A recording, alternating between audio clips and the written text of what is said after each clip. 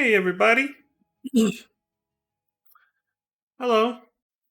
Kind of a nice intro, right? Um, Tried to make this one a little special after what we went through. Last stream. The journey of remembrance that we did. Um, yeah, this is where I logged out. I was like, fuck it. Why not? So, yeah, at the end of last stream, you might have actually heard me doing little mini sounds to log out and everything. And, yeah, so I just logged in and here I was. I was like, let's just start the stream here, fuck it. Pick up the story where we left off, right? So, yeah, I hope everyone's, having a good day out there so far. Not much else to say except, well, welcome back to another stream of Final Fantasy 14. Another episode of Final Fantasy 14, as I like to call it. And, so we have a couple loose ends to tie up before we recontinue MSQ. Nothing more than just a couple of content unlocks with very minor dialogue that kind of ties in to the story, but hardly. It's just kind of some miscellaneous things. Nothing too big, so it should only take us a few minutes, and then we're diving straight into the MSQ, like I said at the end of previous stream. So, without further ado, let's do it, shall we? There we go. Turn off the music. Put the game audio back on. Audio check looks good. Alright, let's get into it. See if I still have this. I think I put it there, and then it must be here. There it is.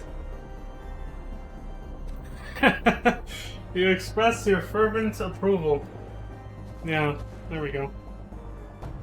Not forget. Oh, hold on, I don't have the shades on. There we go. Oh!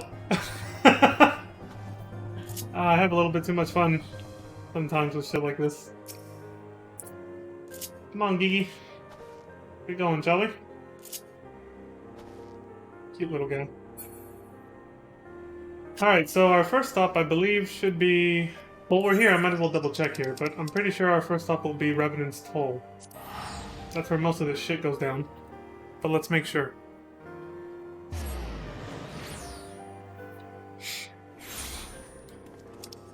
Oh, well, okay, let me think. Yeah, that looks good. Alright. Check the other half of Ishgard.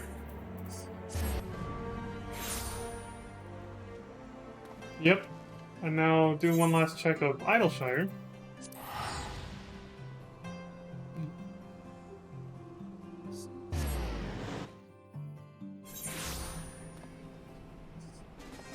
Yeah, we're good.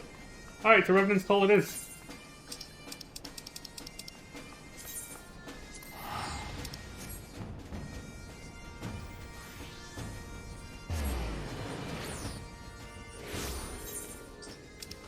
So here it is.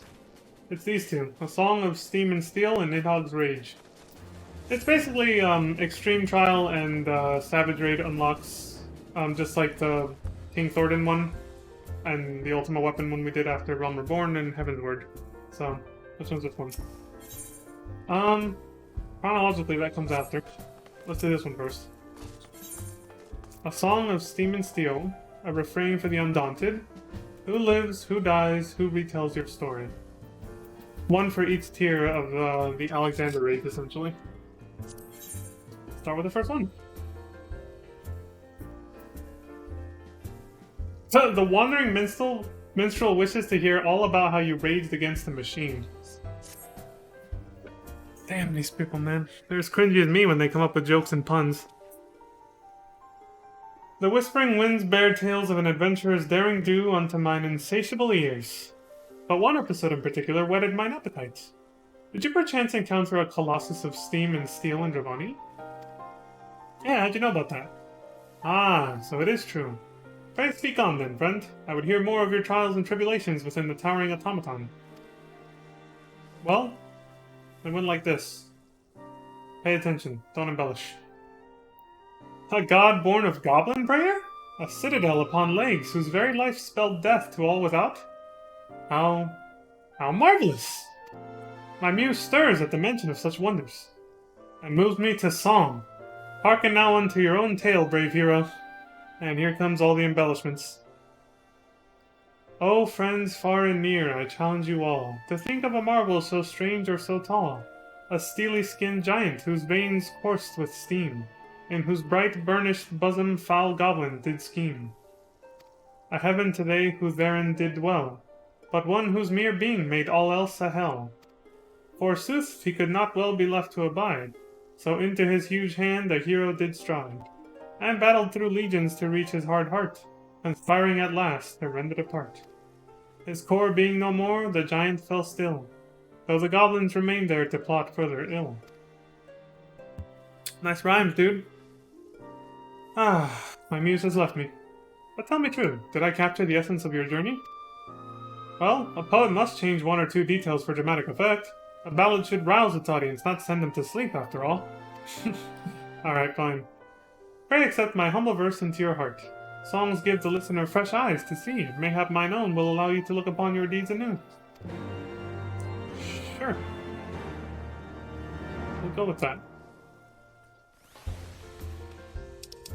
Speak with red bricks and makers in the maker's quarter.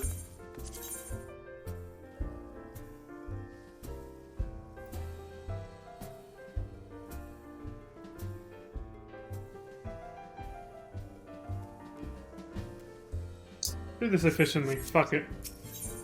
A refrain for the undaunted. I'll turn them all in at once because they're in the same area.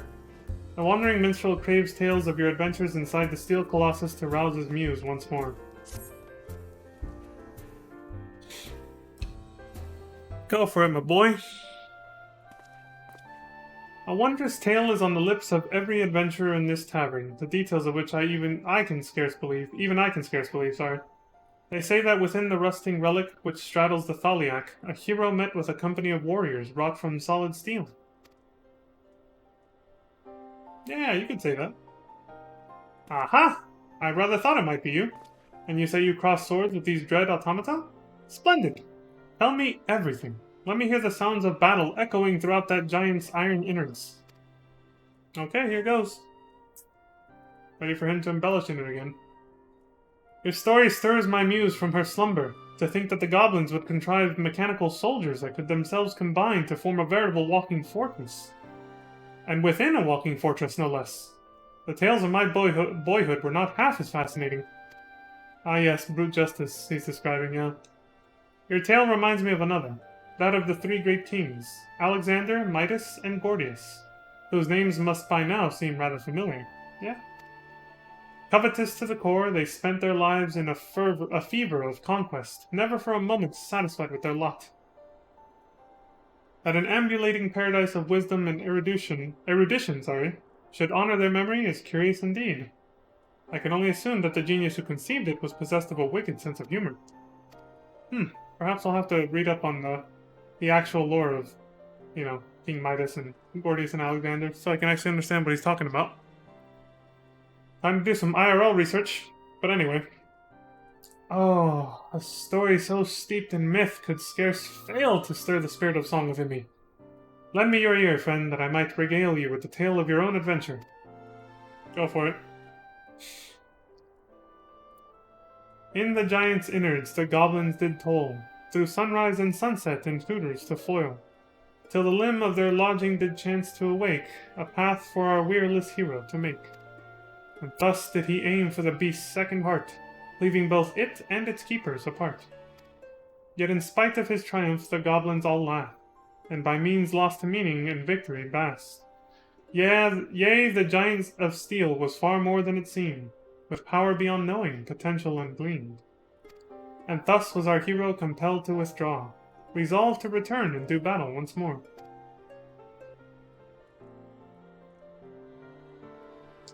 There! A courageous struggle rendered in the naive style, recalling the fantastical tales of youth. But tell me true, did I capture the spirit of your journey? I took certain liberties, of course, but then such poems must do more than simply portray an event. They must tantalize the senses and stimulate the imagination. The hymn of battle is as old as time itself, but sung from the heart, it can inspire even the meekest soul to greatness. How do I think the poem will end? I was hoping you might tell me. Suffice it to say, I very much look forward to finding out.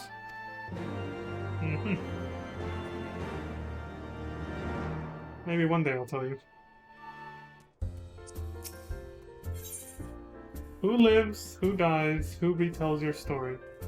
A wandering minstrel seeks inspiration for a new masterpiece and believes the tale of your ultimate confrontation with the Colossus might very well provide it.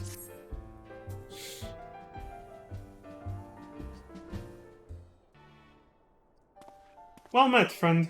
Might you perchance be able to shed some light on a most remarkable rumor that has reached mine ears? That of a time-straddling hero who did rescue the gobby flock of Idleshire from a future most dire? Yeah, sure. Feels like a lifetime ago now, but... well, hey. Final Fantasy 15 was long. Ah, but the 12 smile upon me today. 'Tis a stirring tale indeed, and one made more affecting by the unadorned manner in which you tell it. A struggle for the future so grand as to span the boundaries of time and space. Would that I had been there to witness it with my own eyes. I must say, mine interest was especially piqued by the part about turning back time. If I understand correctly, had you triumphed over the giant only for the goblins to reverse the flow of time, thereby compelling you to do battle over and over and over again, the Primal's power would have grown to nigh infinite proportions. While we must all thank the 12 that you and your companions were able to break this vicious cycle, as a performer, I must confess to some curiosity over how the final battle with such a foe might unfold. Not that I want for inspiration, of course. Your tale is more than sufficient. Why, even now my muse stirs within me. Hearken unto her song. Go for it, buddy. In the breast of the giant a crystal did stand, whose hunger for ether spelled death for the land. And thus did our hero swear never to cease, till he torn out the heart of the great metal beast. Yet for all of his labors, both bruising and brave, the goblin stood poised to make history their slave. The giant, however, had plans of its own, and plucked from the goblins their dream of a home. For it saw but one way to set history aright, a champion of ages, a hero of light. So the giant now sleeps as it did once before, in a moment repeated forever and more.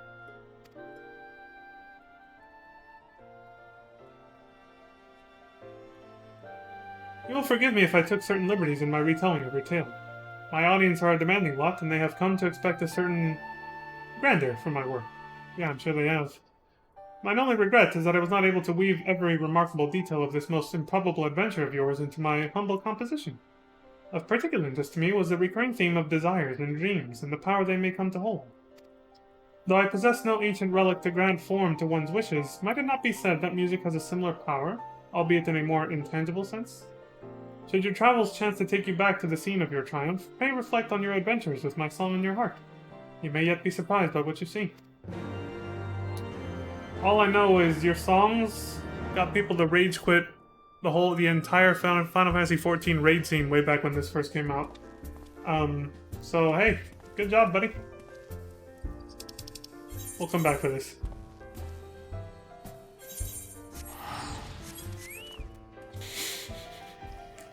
I'm just going by what I heard, especially from people who actually played this game back in that time period. A lot of people said that the, oh, you know, I never mentioned it, but... No, I didn't, never mind. I mentioned the reason I was writing this during the last questline was because Swan gave it to us. But anyway, you know, I have actually met a few people and talked to a few people who've been playing this game since release.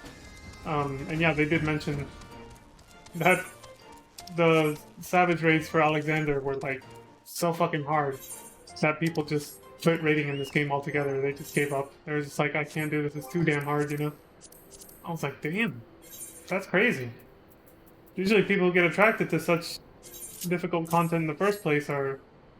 Oh, I think it's missing there. Are like such hardcore players that they would never back down from a challenge no matter how hard it was, but I guess even they have their limits. I don't have Gissel greens. No wonder. I need to buy Gissel greens. That's why that slot is unfilled. Alright. Anyway. Not a huge priority right now. Song of Steam and Steel.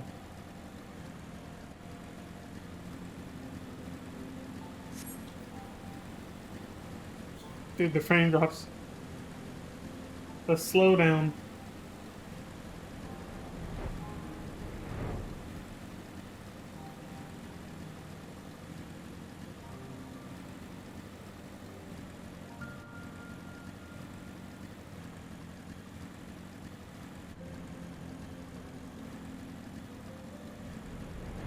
Hey, Aiden Lorcan, welcome back.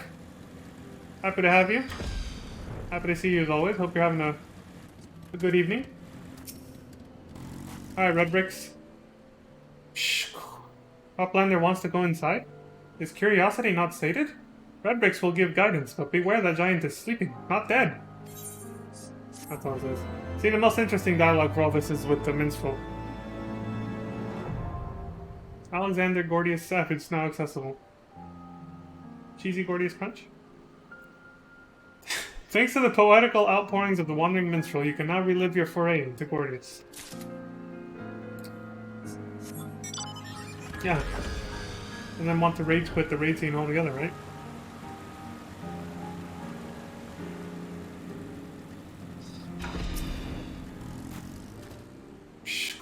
Light Kick stands guard over Giant of Whirlicogs. None shall pass. None shall pass.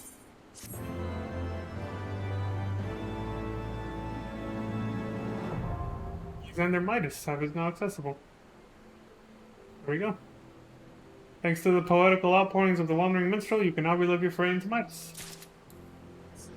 And one more.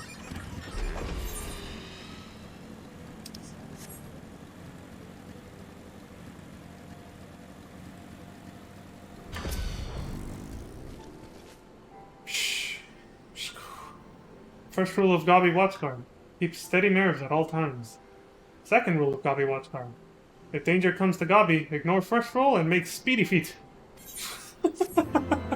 Just say, fuck, keep it watch, I'm out of here. I don't want to die.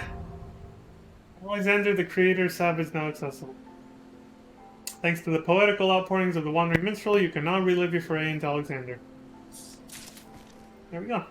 Alright, back to Revenant's Toll.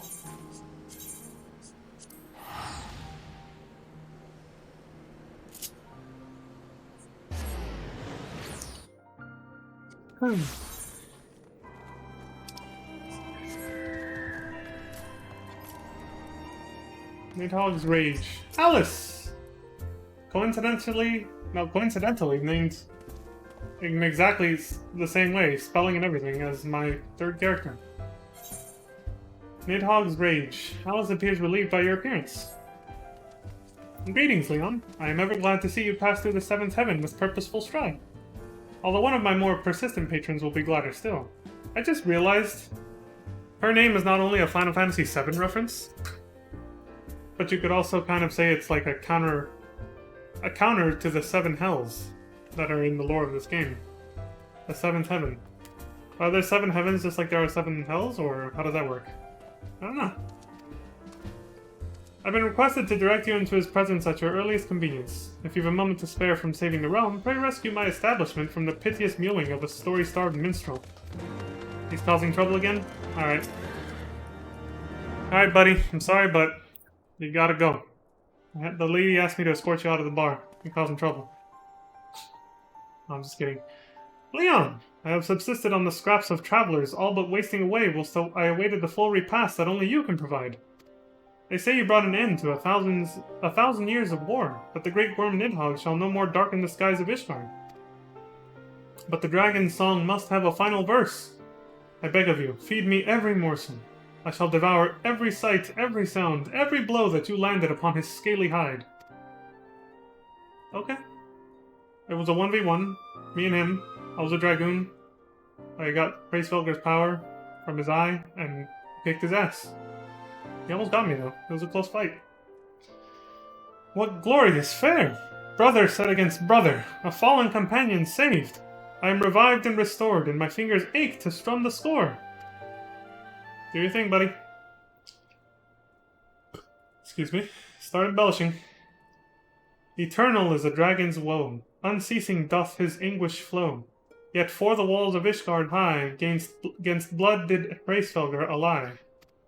Eternal is a dragon's rage, dread Nidhogg's wrath did span an age. Yet by his hated brother's eye did light quell shade and vengeance die. That's pretty accurate, yeah. What say you? Does your blood not quicken at the tale's retelling? One might accuse the language of being overly flowery, but epic deeds demand epic depictions, do you not agree? Sure. This guy. Minstrel's Ballad, Nidhogg's Rage, now accessible.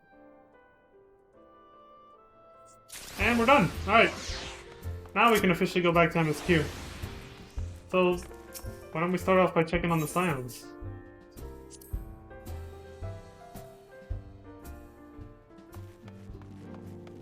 If anything's developed or changed. Actually, I'll know if we did this already before I went off to go play FF15 based on what's happening over here. Nope, yeah, we haven't checked on them. They were not in those positions. Alright, let's do it. Starting with you guys. How are you guys doing?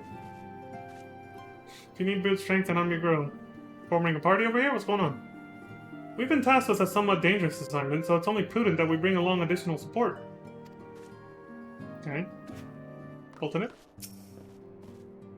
The alchemists of Razatan are heirs to an ancient and storied tradition, which has seen the creation of countless medicines still in use today. The Delmans have their own tradition as well, though the philosophy behind it is markedly different, from what I understand. Okay. Having a casual conversation. Ladies, if I may. Lamin? Ah, Leon! Lady Lamin and I were just discussing the possibility of a special dinner for when Rio returns.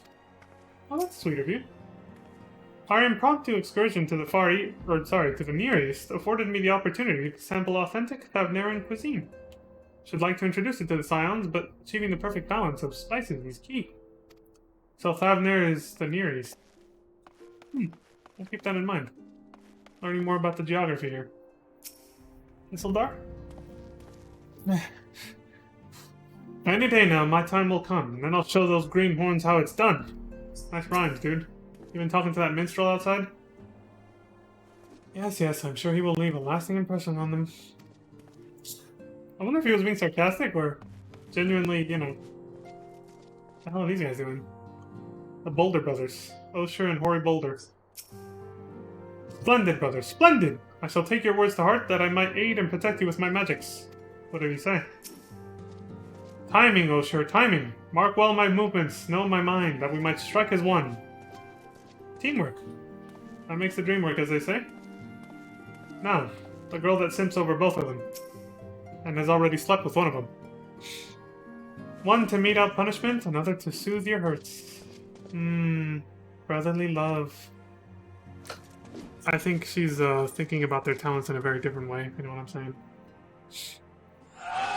Yeah. Clemens, I'm sure you know what I mean, right? Which is why you're freaking out over here. Mete out punishment?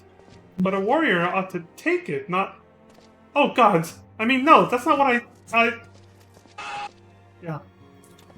Yeah, see, her mind went to... Because, as we saw a long time ago, this was before I played FF15, when we were catching up with these guys, she found out that Aenor here was sleeping with this dude just feet away from where she was sleeping when they were camping together, when they were adventuring together, and Hoary Boulder wasn't even in the picture.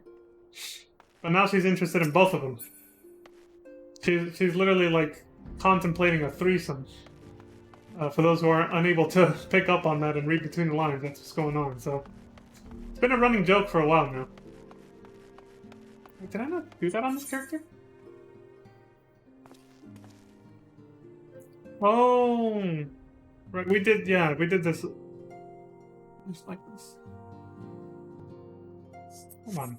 Yeah, I'm pretty sure this is, something where I did a New Game Plus mode. On the... Well... The main version of this character, basically, I guess. Yeah. Oh, never mind. These are the Extreme Trial unlocks. I forgot about this. For the Warring Triad.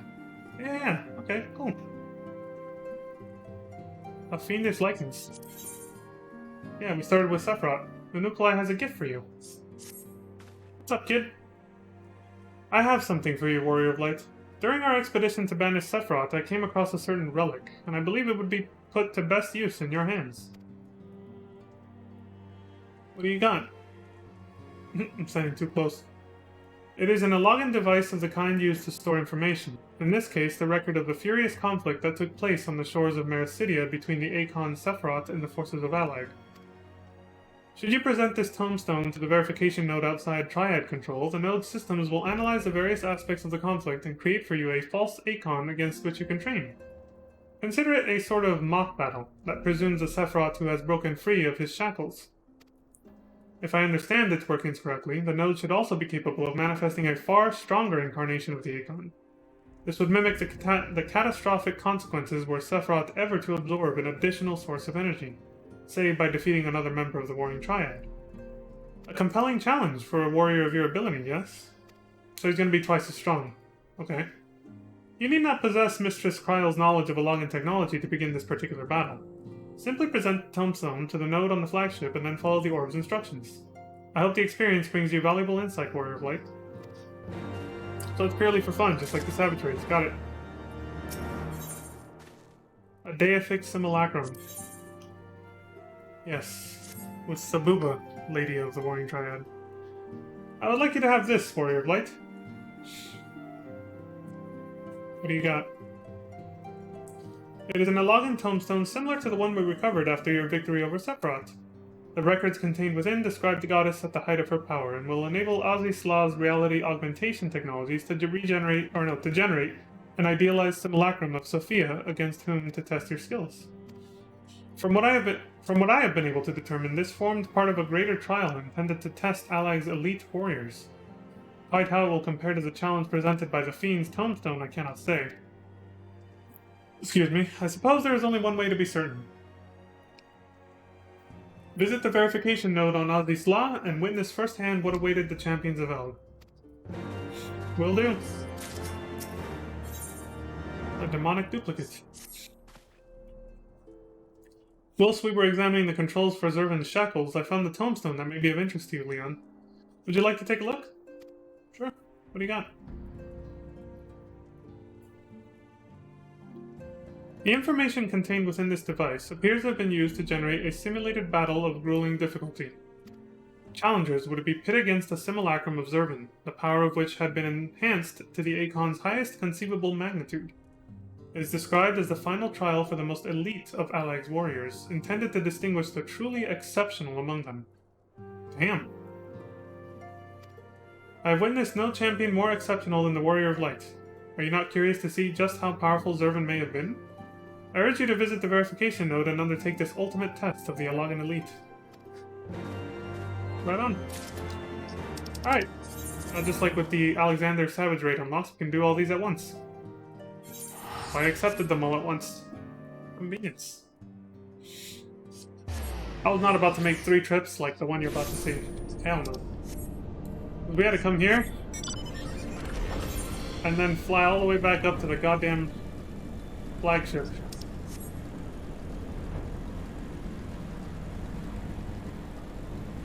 Yep, here we go.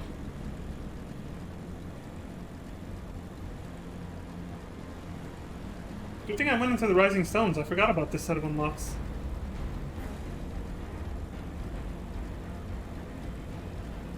So these ones don't add much lore, but the ones for the extreme trials and normal raids for the next 2 expansions, Stormblood and Shadowbringers, they actually do add a little bit of lore and story to everything. Like, they do add a little bit to the story, is what I'm saying. Like, it's more significant. And obviously you can't redo these unlocks through New Game Plus because they're just that, you know. They're just to unlock content, but they have little bits of dialogue that add a nice touch to the story after you're done with it.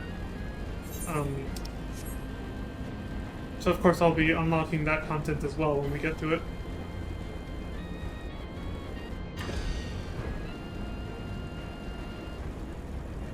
It's like the cherry on top to the storylines of the raids in the trial series for those expansions. Just like this one, except like I said, those ones add a little bit more lore than these ones. Flip. Activating verification systems. Combat simulation request acknowledged. Awaiting tombstone data. Well, here you go. A login tombstone of theology.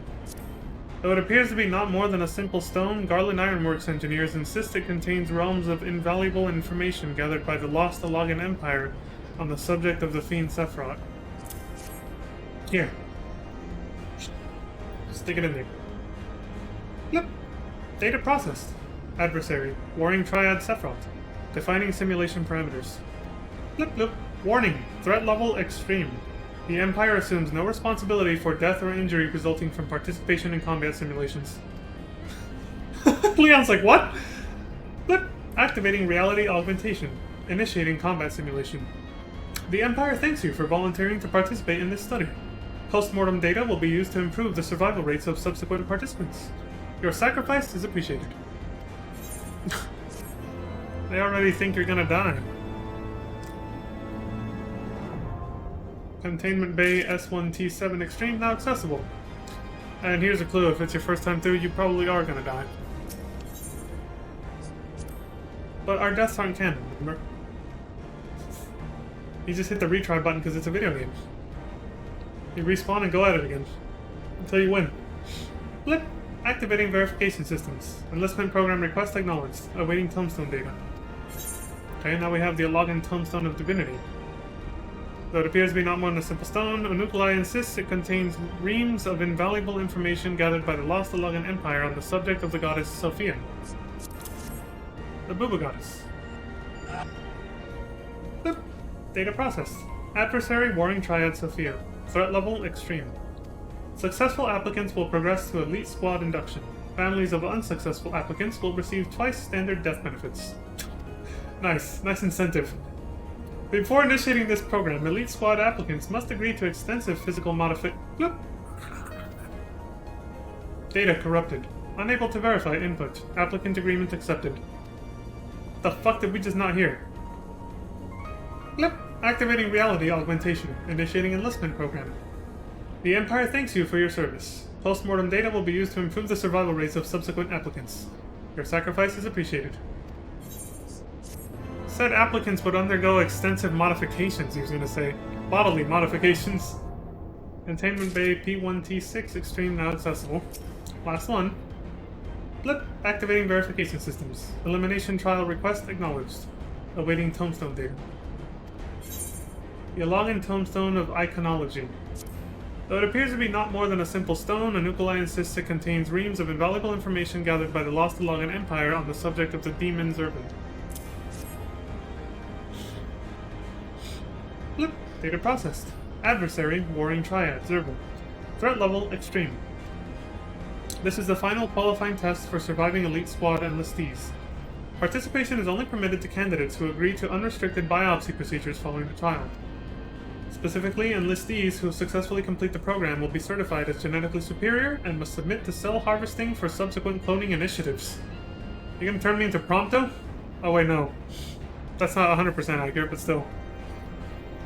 You know, Prompto's a clone, so I was just kind of... my mind just kind of went there. Prompto from FF15, for those who are wondering what the fuck I'm talking about. So you'll be considered genetically superior, and so you'll have to submit, whether you like it or not, to cell harvesting for cloning initiatives. The elimination trial survival rates are currently calculated at 1.9%. Sounds about right. Blip. Activating reality augmentation. Initiating elimination trial. The Empire thanks you for your service. Post-mortem data will be used to improve the survival rates of subsequent candidates. Your sacrifice is appreciated. Gee, thanks. You're welcome, I guess. Containment Bay Z1T9 Extreme now accessible. Alright, see you around, buddy. Blip. Activating verification systems. Identification code accepted. Triad control clearance granted. So yeah, then you just go in here. There they are. Okay, now we're done.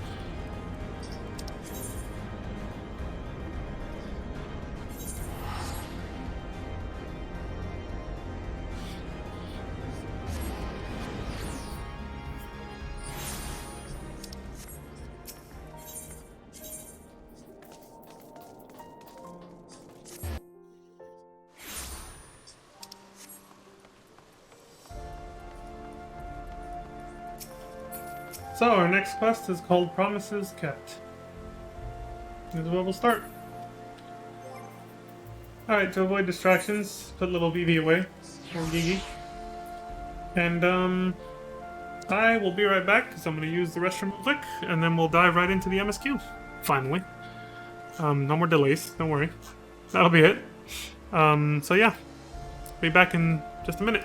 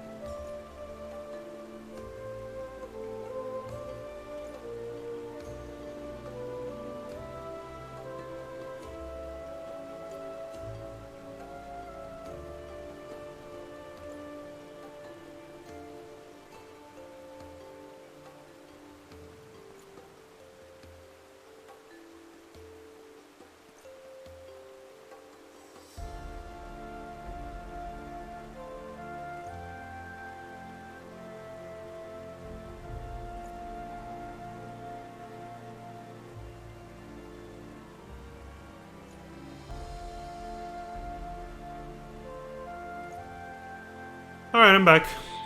Ta-da-dum. Let's get to it, shall we? There we go. Now, obviously, I'm on a New Game Plus this, so I'm leaving this character, this version of this character here, so I can get on with it later. You know, off stream, skipping scenes and all that to catch him up. But he's always kind of like the backup in case we run into a hiccup with the New Game Plus feature, like we did in the Realm of Porn. That shit sucked.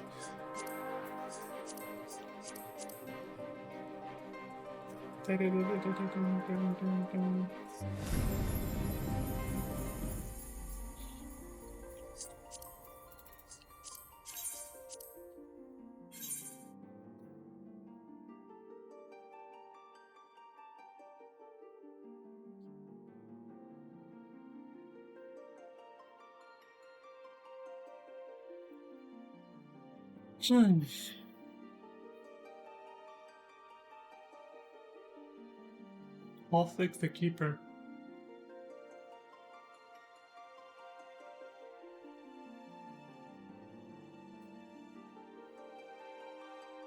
Good thing I'm close by too. Location Cloud 9.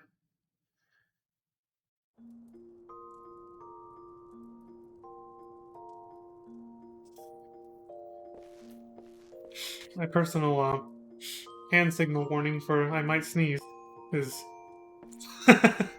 putting up one finger. Anyway. This is the first time I see... I guess still can't really see it, but welcome to Zolaire, welcome to 5IC14. It's kind of rare for me to actually just see a simple welcome. Like purple text like that. I'm used to there always being something else after it, like saying, oh, you know, this seasonal event will be going on until this time, so, you know, make sure to do it, yada yada. This is like one of those rare times of the year where there's just no seasonal events going on at all. Just play the game normally. Anyway. So, we are on Heaven's Word Part 4.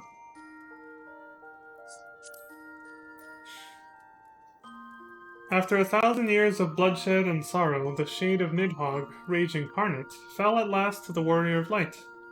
So it was that the Dragon Song War drew to a close, and the survivors, bloodied but unbowed, could begin to pick up the pieces. A new day dawns in Ishgard, and her champions may rest easy, if only for a moment. For every ending marks a new beginning. We did rest easy for quite a while, didn't we? Meeting Noctis from FF15 when he crossed over into our world. Seeing the firmament, doing the firmament stuff, and watching Ishgard get back on his feet, doing the remembrance journey, where we honored our dear, late departed Archfont. Our dearly departed Archfont. May he rest in peace. And now it's time to get back in the saddle and hit the road again. Like the achievement for that questline said, on the road again. Off we go.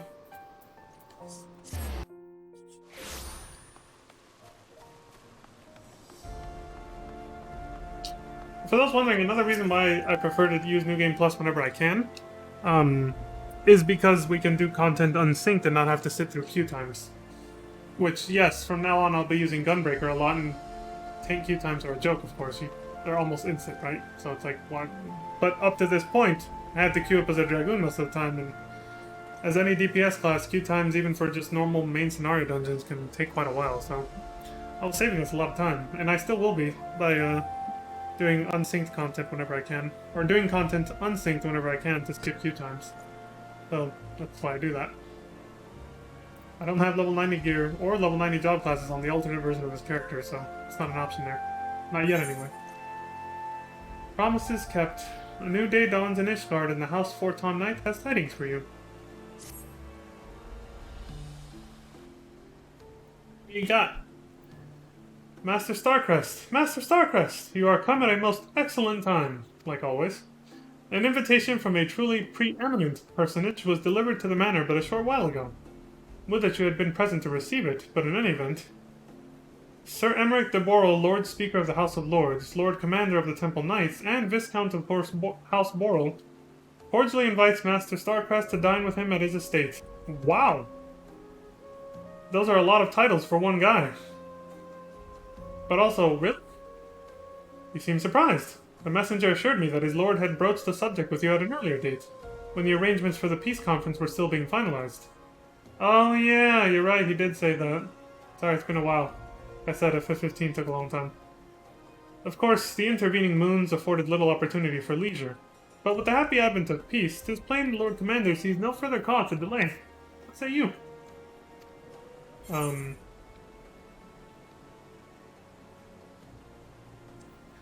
I would, but I haven't the foggiest what to wear. Any thoughts? I have an idea what I should... Again, not super formal, but it works, so I know what I'm gonna wear. So I should be glad to accept. Indeed, who would not? You will forgive me if I seem envious. I shall send word of your acceptance to Boral Manor at once. When you are ready, pray report to the Astrologicum. They will have someone escort you the rest of the way. Thank you, my good sir.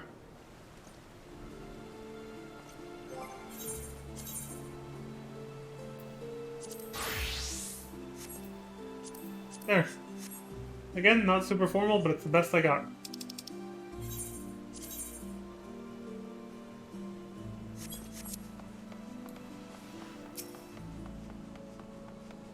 It's like when I did the piano recital. That was such a fun little minigame. I want more minigames like that. But of course, that's what learning to play an instrument as a bard is for, right? Still, I wouldn't mind more little rhythm music minigames like that. Greetings and well met, Master Starcrest. I have the honor and the privilege to serve as head steward of House Boral, though admittedly our staff is somewhat smaller than those of other noble families, being countable on one hand. Okay, my lord will be overjoyed to hear that you have accepted his invitation. As you will soon see, we have spared no expense. Does Jurassic Park know? I dare say a man of action such as yourself enjoys nary a moment's respite. Aye, the battlefield beckons even now, I am sure, but for this day we bid you lay down your burdens and raise a glass to peace and prosperity.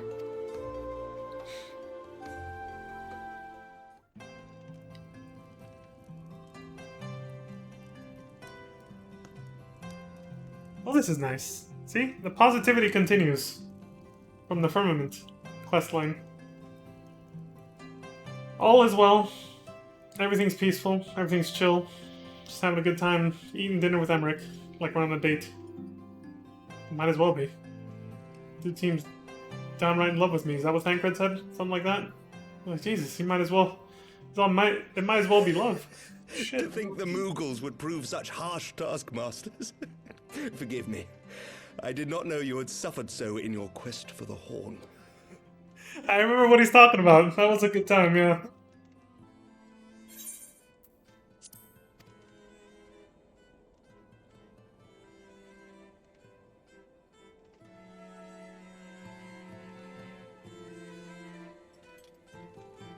So basically more reminiscing about the past.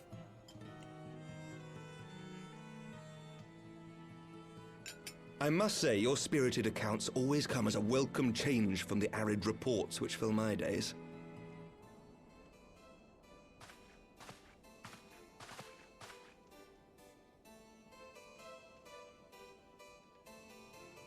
Not too trusting of drinks anymore, huh, Leon?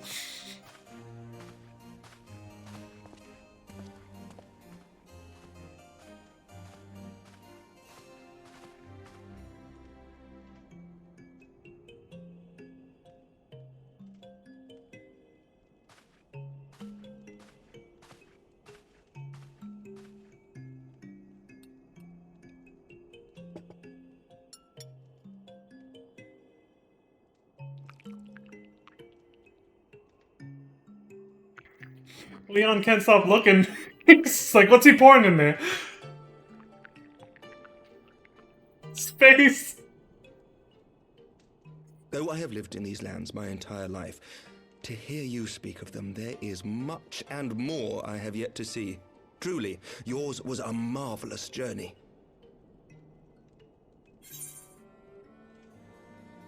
Okay, so what do we got? Though perhaps a bit long for my liking, why not join me on the next? It wasn't all sunshine and lemon cakes. Suppose that's better than what I would have said. It wasn't all party hats and hand jobs. But you know what? I want to say the middle one. Why not join me on the next?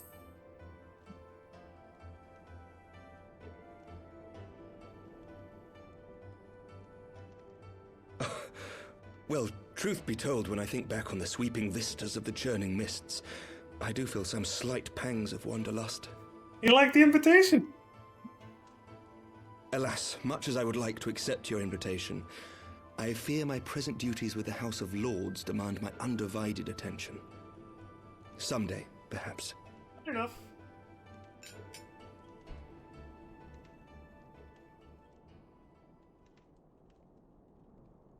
By your deeds, you have helped us to lay the foundation for lasting reform. The formation of the Republic is but the beginning, for it is not only our system of governance which must needs change. We, the people, must learn to let go of our hatreds and rise above our bloody past. I only pray that I live long enough to see us achieve some measure of success, that I might know the lost did not die in vain. I can still see you there on the steps of faith, striding fearlessly towards the worm. If you could do that, who are we to balk at the challenges ahead?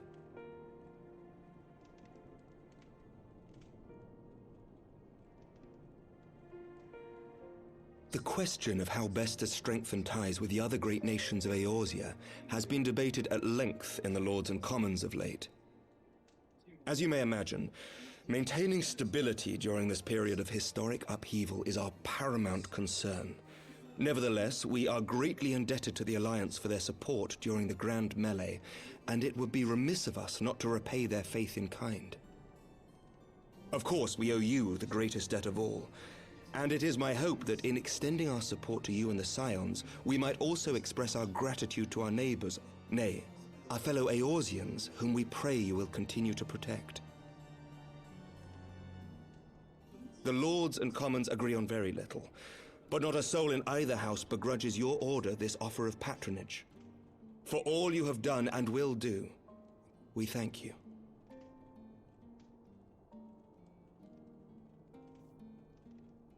You're welcome, man. No problem. Anytime. We're friends. Cheers.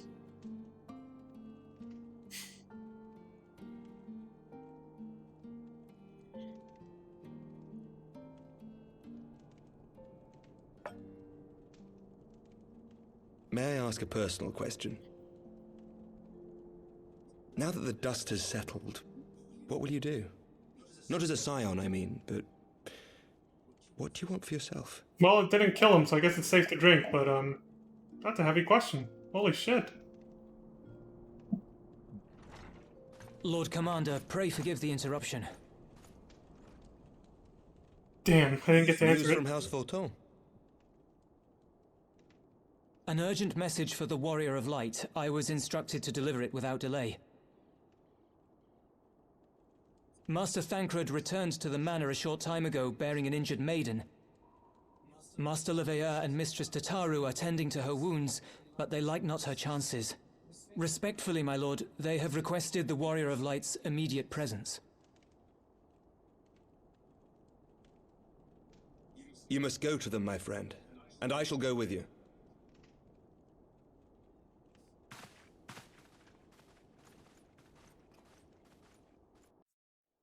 Shit, that respite was short-lived. Still, the food looked delicious. For every ending marks a new beginning.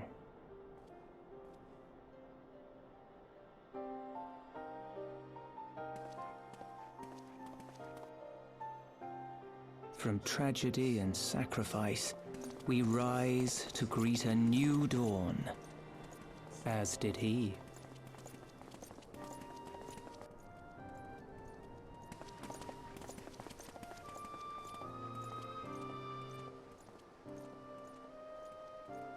Only to be drawn onto another battlefield, another cause, as if by fate. That's very true. I barely catch a break from the last conflict and I get drawn into another. He's not wrong. Whoever's narrating.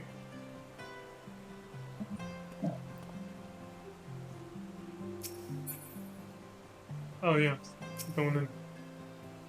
Welcome, Master Starcrest. Shall I show you inside the manor? Please.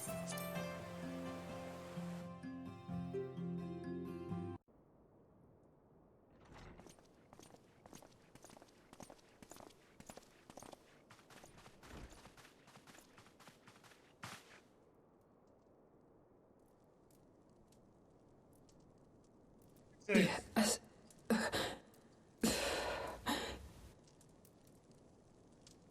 Is that... Alize, Alphinaud's twin sister. She ran afoul of the Warriors of Darkness. Damn. I had been tracking them since the ceremony at Falcon's Nest. Little did I know I was not the only one. Evidently, she had learned of their activities and attempted to shadow them on her own. Poorly. I rescued her in the Twelveswood, and together we fled north. But though I made every effort to cover our tracks, they caught up with us on the Ishgardian border. And in the ensuing struggle, Alize took an arrow to the shoulder. 'Twas only after we had made good our escape that I realized it was poisoned. Shit. Well, hey, at least it wasn't an arrow to the knee, huh? Hey, Crimson. How you doing? Hope you're having a fine evening. Thank you for coming so quickly. And you, Sir Emrick. Think nothing of it. How is she? We have done all we can for now. Although the immediate danger has passed, the poison yet lingers in her blood.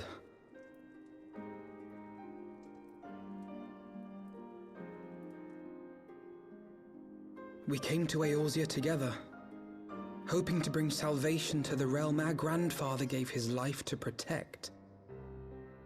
But when confronted with the bitter realities of its politics and its petty powermongers, she was driven to anger and to doubt.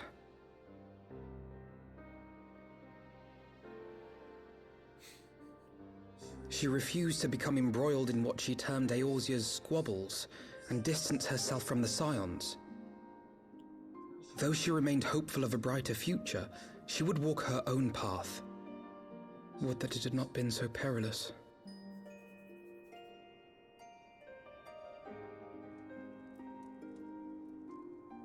For all our differences, she's as dedicated as any Scion to the salvation of Eorzea. But more than that, she is my sister. To be reunited with her, only to lose her forever. Gods, even to speak the words. Take heart, Master Alphinaud. She will be attended by our most skilled chirurgeons.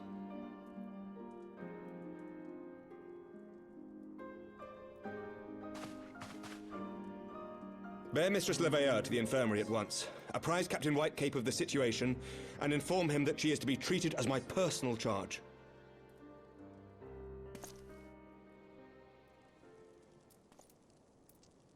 Alphinaud, is the Warrior of Light, is he with you? Don't go, there is something I must say.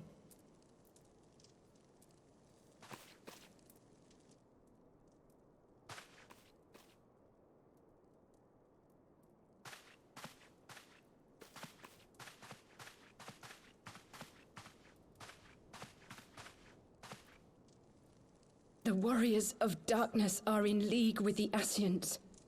Slaughtering the Primals is but the first step in their plan. They make for Zelvatol to bring about Garuda's summoning and to kill her.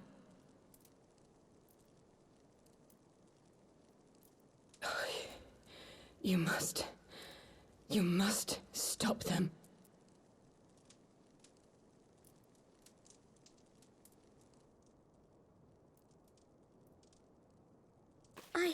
I shall inform the others at once.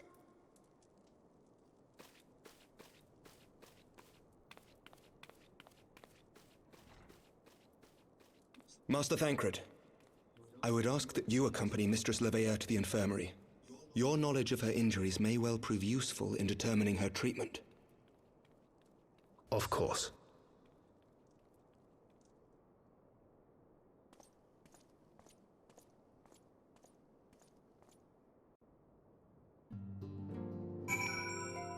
Damn, shit got real fast. Phew. I see what you said, Crimson. I saw it when I glanced over and I saw it, so I chuckled during that scene a little bit. Jesus Christ, what did you do? 15 people, man. 15 people, that's more than half the raid. The Alliance raid, of course.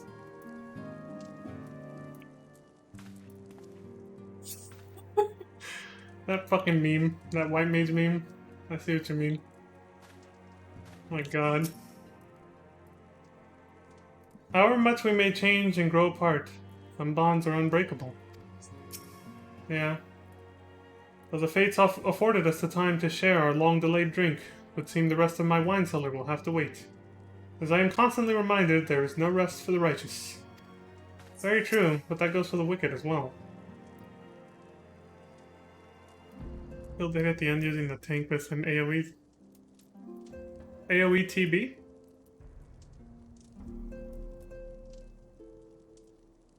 Trying to remember what TB means. Surely they won't let her. Yes, I know.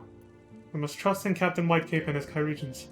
Did they not bring Estinian back from the very brink of death? I am uncomfortably reminded of how he mocked me for praying at his bedside for days on end. What say you, my friend? Shall we turn our attention to a matter whose conclusion we yet have the power to influence? Please. After you, my boy. Where are we going? Shadows of the First. Tank Buster? Oh, I see what you mean. Wait, if you weren't the tank, though, how did you kill everybody else doing that? Like, what happened? Did you rescue everybody into it or something? What the fuck? Oh, shit. So the Warriors of Darkness and the Asians are conspiring to bring about Garuda's summoning, that they might put her to the sword. I love that phrase. We're saying they're gonna kill someone, so they might put her to the sword. Because it just makes you think of the other sword, you know? Especially when thinking about Garuda. You know, the meat sword. Anyway. Then, when we first encountered them in Loth As Nath, when they were confronting Ravana. Gods, has this been their aim all along? What, to summon primals and then kill them afterwards? Oh, what are you talking about? What do you intend to do, Master Alfino? There is much and more I do not understand, but I know this. A primal summoning cannot be ignored. Alize risked her life to uncover this plot, and we squander her gift at our peril. Leon, will you accompany me to Zelphatol and help me stop the Ixal's ritual? You can count on me, buddy. You got this. Oh, rescue the tank into the party. Jesus Christ, did you do that on purpose? Are you trolling people? Given that Isgard shares a border with the Ixali homeland, we have a vested interest in the outcome of this ritual. We have been willing to suffer the Beastmen's intrusions into cursed lands to a point, but the summoning of a primal is an escalation we cannot abide. You shall have our fastest airship, Master Alfino. The mountains of Zelphatol are not easily traversed, and this endeavor demands all haste. The gesture is most appreciated, Sir Emrick, but I fear an aerial approach is destined to fail. This is their homeland, after all, and Ixali dirigibles are not to be underestimated. No, experience tells me the only conceivable approach is by land. I believe it would be wiser to cross into Zelphatol by way of the mountain pass east of Camp Dragonhead. In that case, I shall send instructions for a contingent of the camp's knights to be placed at your disposal. They will secure you safe passage through the mountains and escort you thence to Zelphatol. Though my men are unqualified to confront a primal, they are more than capable of contending with the Ixal. We should be glad of their assistance, Lord Edmont.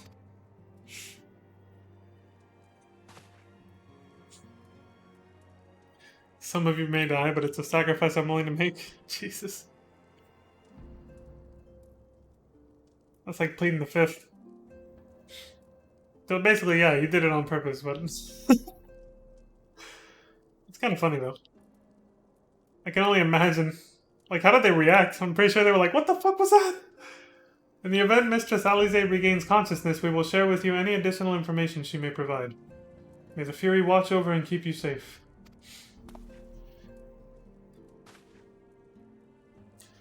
Then let us be off. We can procure any additional supplies we require in Camp Dragonhead.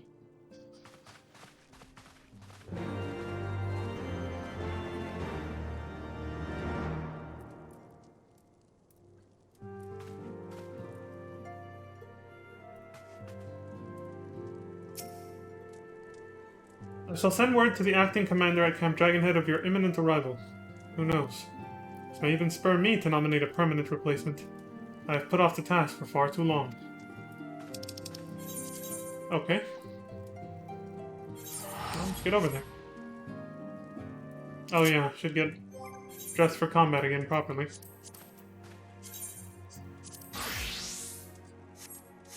Now we're ready for action.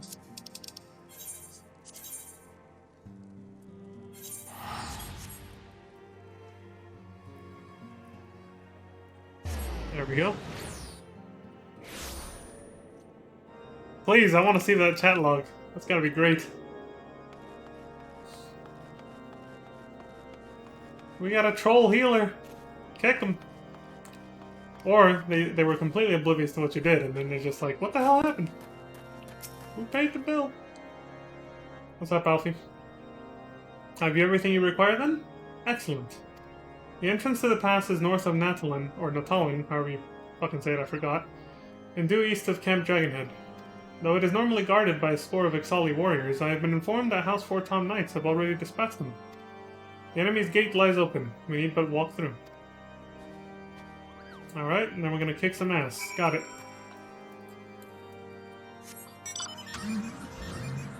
Back on the road again with the regalia.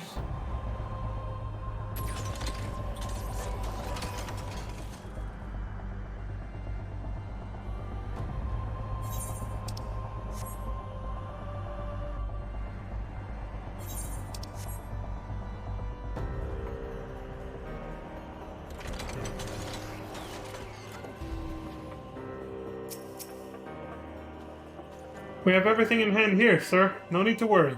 May I say, what an honor it is to work with you, sir. Please.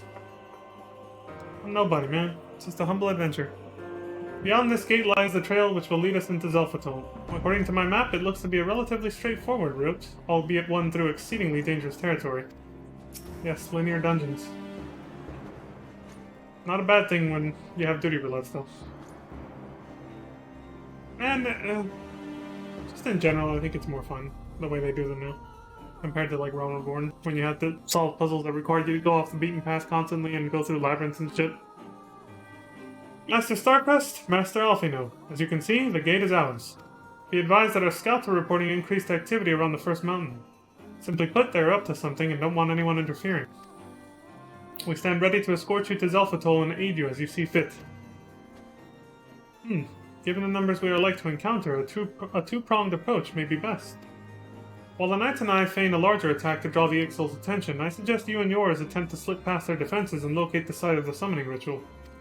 If the gods are good, you should only have to deal with some few patrols, but if they are not, you may be forced to do battle with the Warriors of Darkness.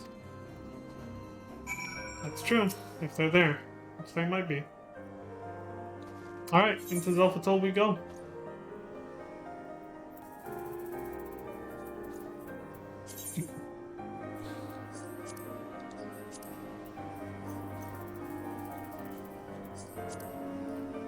Forced to flee the Black Shroud for fear of the elementals and their boundless wrath, the Ixal settled the windswept mountains of Zelphatol more than 550 years ago.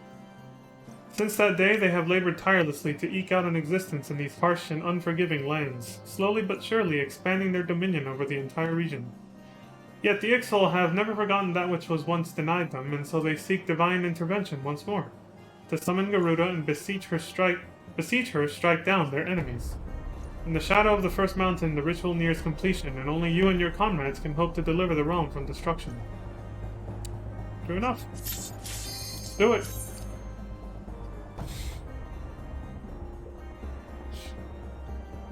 Once we unlocked the alternate Garuda from the 14 event in FF15, that's the only summon we ever got. Except for the scripted one with Shiva, when she took down the Freet.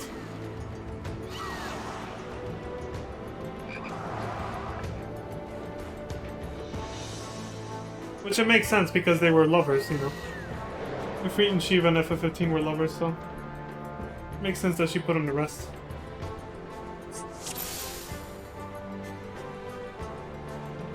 The Glacian and the Infernian. Holy shit! They dropping rocks on me now?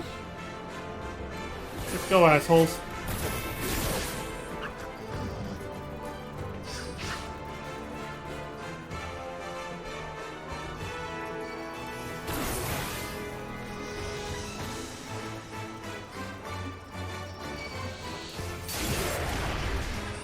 Alright, that's as far as we're going.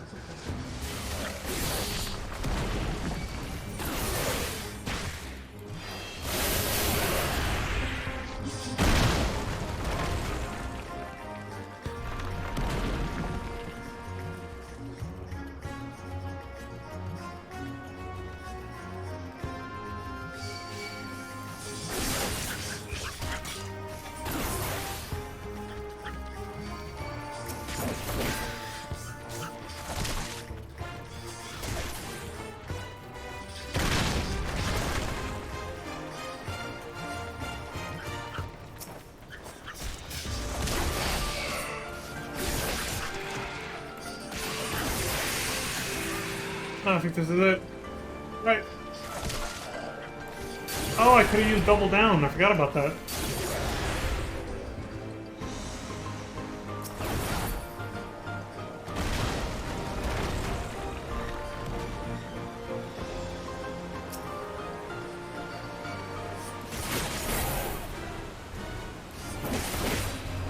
Couldn't read what he said fast enough.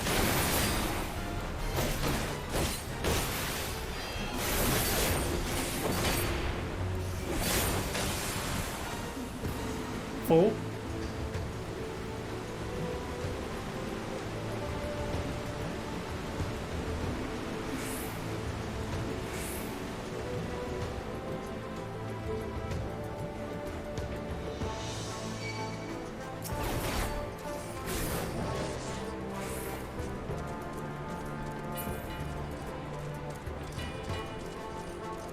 Oh, fuck, I was hoping it would have targeted this time.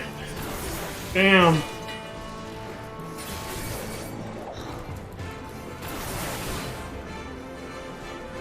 Wait for it. Here we go. Assholes.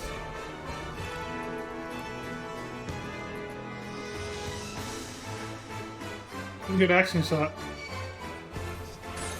There we go.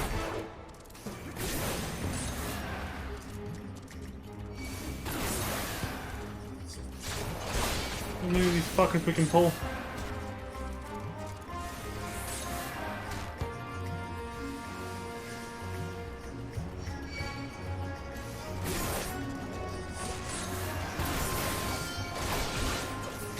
Oh, it's still on cooldown. Alright, whatever.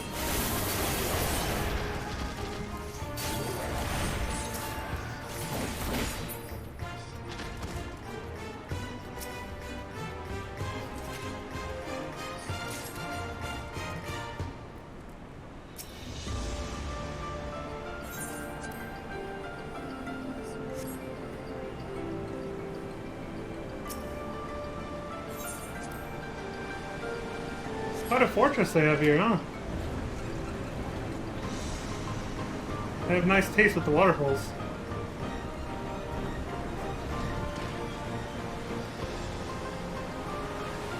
Obviously they didn't make them, but I'm just saying the fact that they made their fortress here.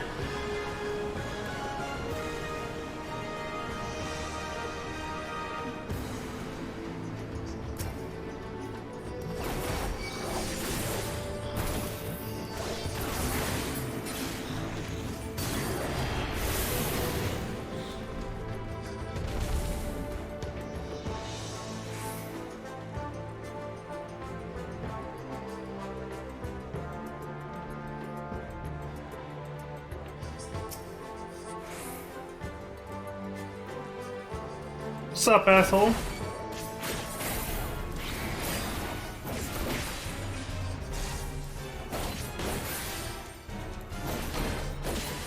On low.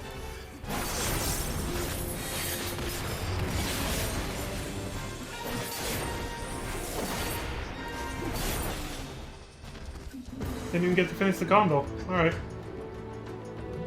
Well, fuck it.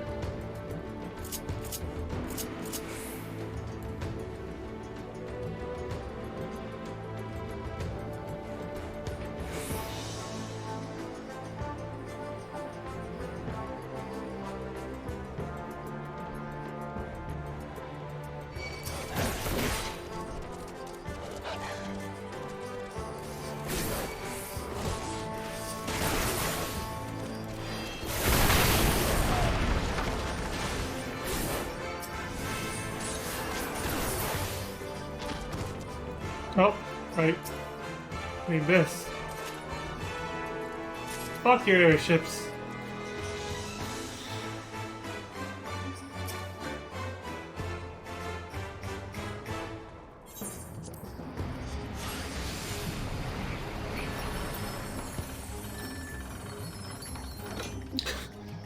Stands on that thing like a statue.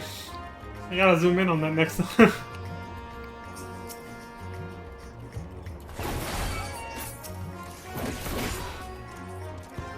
Ah, there it is.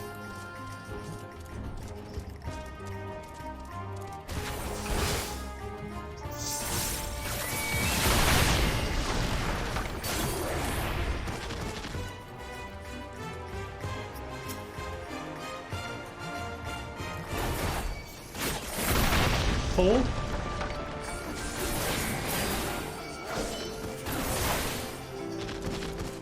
Can't forget this.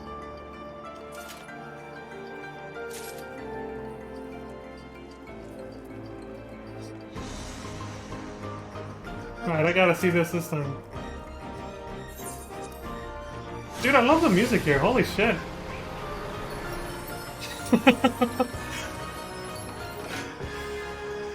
What a Giga Chad with the sunglasses, right? Posing like that.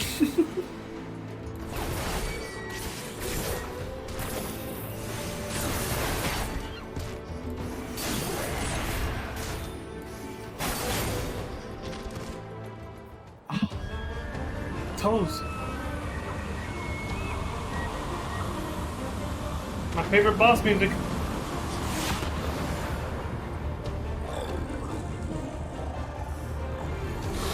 Only one that beats this for me so far is Shadowbringers' this boss music for dungeons.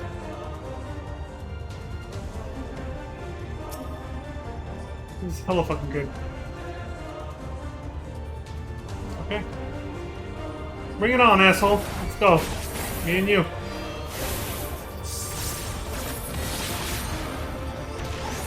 Intrude upon sacred ground? Who dares? Pay with lives, featherless ones will. Sure.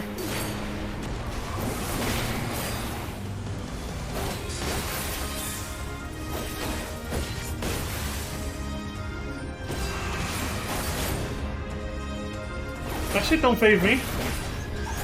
You're going down, asshole.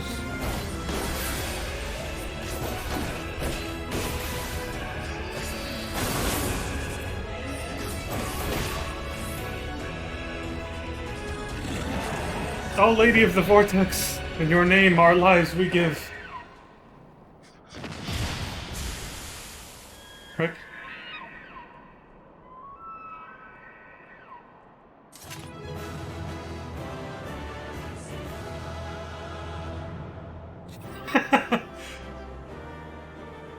No! Giga Chad Leon.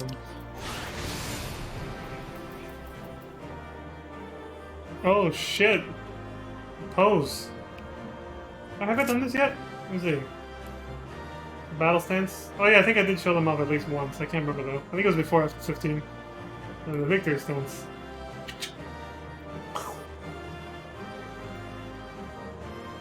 Nice. You know, there was one move we didn't see. I thought he might forcefully do it, but no. Apparently I over DPS'd him. He does do a move where he temporarily calls out Garuda for an attack. Didn't see that, but... oh well. Get the hell out of here.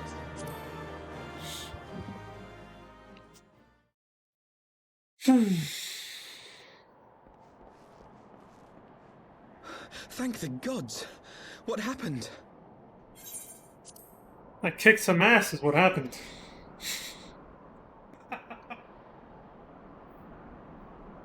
So they were unable to see the ritual to its completion.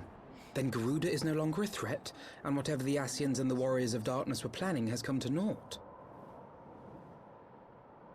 But we should not tarry. The knights have secured our path to safety. Well, well. What do we have here? You'd better not have killed the primal without us.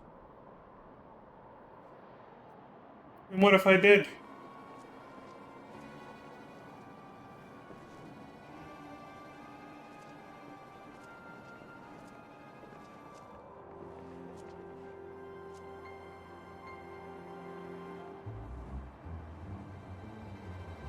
You!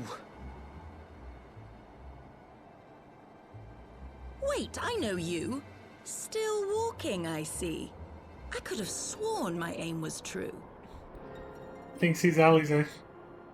Just what is your game? Leading us the long way so these fools could step in and claim our prize? No. Let's not make hasty accusations. By the look of things, the ritual was proceeding as planned. We arrived at the appointed hour. It was they who erred. It is hopeless. We cannot face them all. Yeah, we might be fucking screwed, actually. Do mine ears deceive? A boy! So that's the way of it. Twins! You had me worried for a moment there. At least you figured it out. Know that I will happily make it quicker for you. If you just stand still.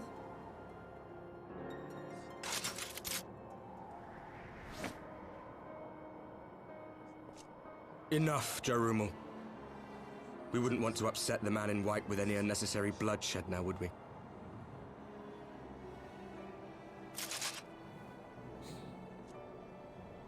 She's quite the go-getter, isn't she? A woman after my heart right We've been there. awfully busy since we were kind enough to spare your lives.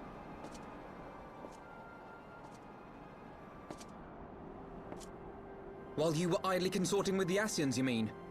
7 hells! What could you possibly hope to achieve? Should I explain it to you? Very well. Consider it a reward of sorts for beating us here. You know the tale of Hydaelyn and Zodiac, I take it? Of the Great Sundering and the reflections it created? Yeah, Hydaelyn told me all about Across that. 10 and 3 they were divided. Reflections of the source, each possessed of shards of light and dark. Just so. One of those reflections, the one nearest to the source, is our home. And we were the heroes blessed with her light.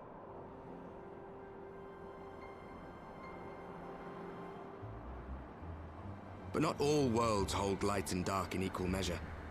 In ours, the power of light was greater by far. So the Asians, who once threatened our home, were no match. And they fell before us, one after another, till none were left. Victory, we thought. And then came the light. A flood of pure, blinding radiance, annihilating shadow and color and life itself. Ere long, it will consume our world, leaving naught in its wake but blank perfection. That cannot be. Do you honestly expect us to believe such a story? Believe what you like. But it has happened before, on a world far removed from ours. The 13th, which was swallowed by the dark and transformed into what you call the Void.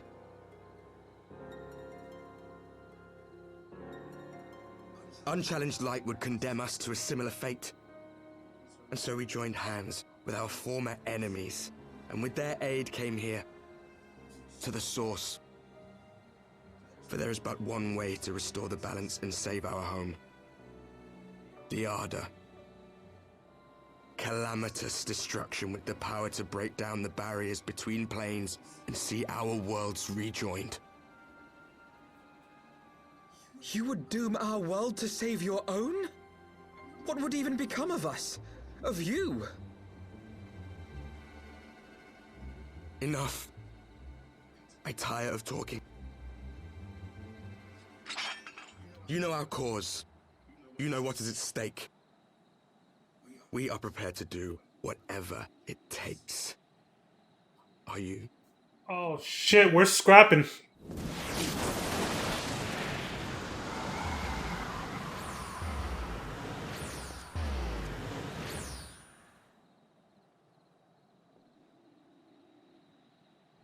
If there is aught you would say, say it. Otherwise, begone. You have no friends here.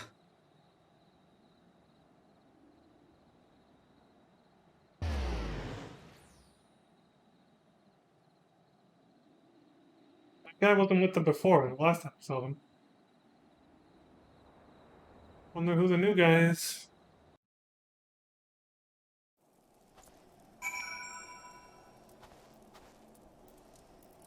And now AFK. Alright. Thanks, Crimson. I'll check it out later.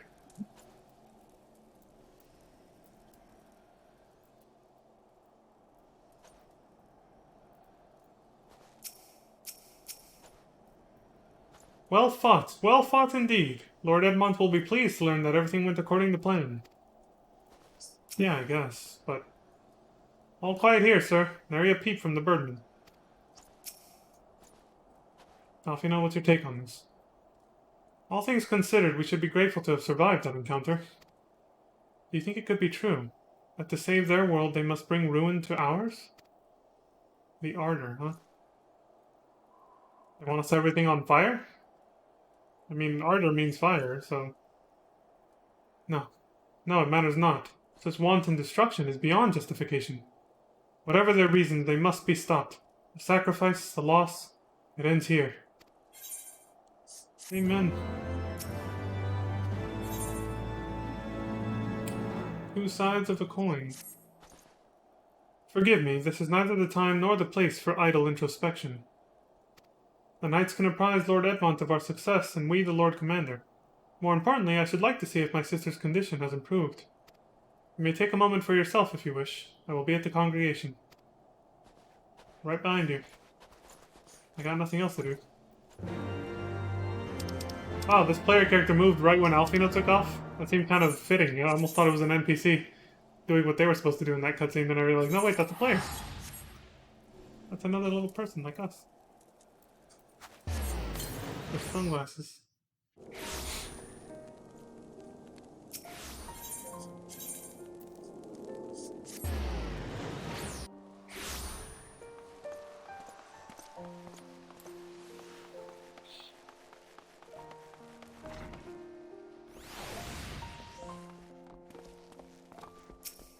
Emrick? It brings me joy to see you safely return to us, Leon. What news from Zelphatal?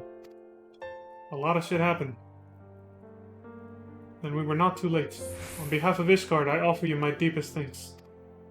As for we who remain behind, Mistress Yustola has been tending to Mistress Alize in your absence. I am pleased to report that she has regained consciousness. Oh, that's good news. I imagine you have many questions, especially given your recent encounter with the Warriors of Darkness. I know I do. Come, let me show you to her room. Do not worry, her condition is much improved. She is a resilient one, much like her brother. You know that dinner scene we had with Emrick? I'm kind of wondering what it would have looked like, or what it looks like at Lalafell. Do you have to stand on like a stack of books to be able to talk to the guy? Oh, she seems to be doing much better. Alize, how are you feeling? Well enough, brother. Thanks to the kindness of our hosts. When they told me you had departed for Zelphatal, I found that I could rest. The outcome seemed a mere formality, as did your safe return. Thank you, my friend. She knows to have faith in me after what we went through with Bahamut. You're welcome, I take it your Alize. mission was a success.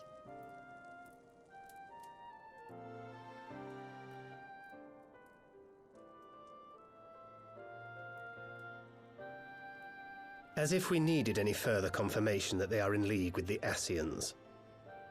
But to save another world? I think not. I too thought his story fanciful at first.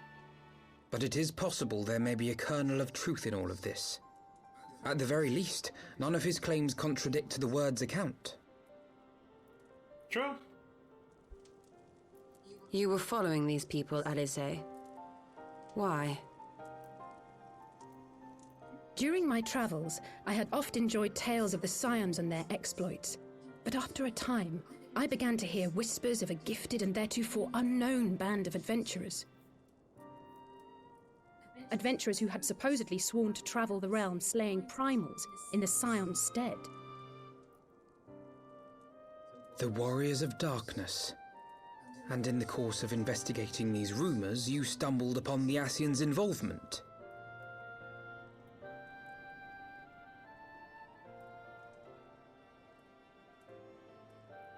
Yes, exactly. Forgive me, but if these warriors of darkness mean to bring about another calamity, to what end do they hunt primals? To prompt an escalation. To deepen the beast tribe's feelings of helplessness and despair, and thereby drive them to summon ever more powerful gods. And lest we forget, these events do not occur in isolation. With their patron deities being slain left and right, the news of man's victory over Nidhogg must surely have sown panic in the minds of the beastmen. 'Tis no wonder they wish to defend themselves.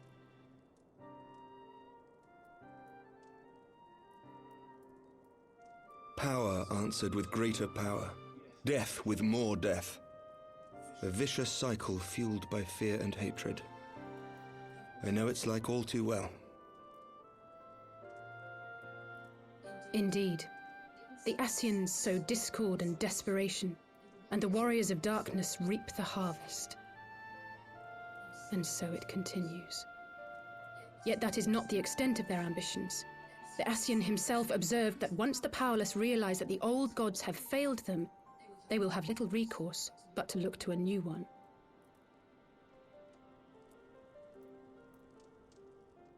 We cannot let that happen. It should come as no surprise, but Alize and I have uncovered evidence that the Ascians have been manipulating certain parties to ensure that a constant stream of crystals flows into the hands of the beast tribes. If we sever these supply lines, we should at least be able to slow the escalation. Agreed. Kral and I shall journey to Zelphatol and learn what we can of the Ixal's source. Then I, for my part, pledge to lead a similar investigation into the origin of the Nath supply. Sir Emrick? As a member of the Eorzean Alliance, Ishgard is honor bound to play an active role in maintaining the security of the realm. You might also say that I have some personal motivation, given the Ascians' dealings with my father. That's true. However, I make no secret of the fact that my knowledge of primal beings is scant at best. As such, I should be most grateful if one of your order were to assist me. Allow me, Sir Emrick. I have dealt with the Nath before.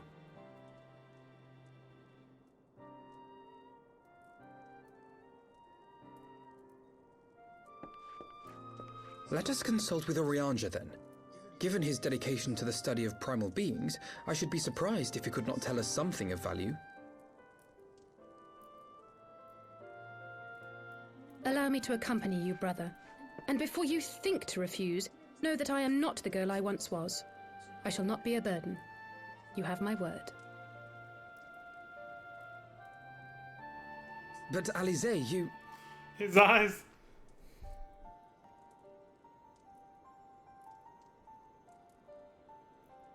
You are more than welcome.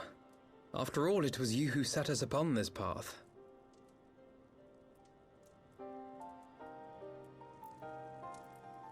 Wait a minute. I'm afraid I can't allow you to leave just yet. Not until you try on the new outfit I prepared for you.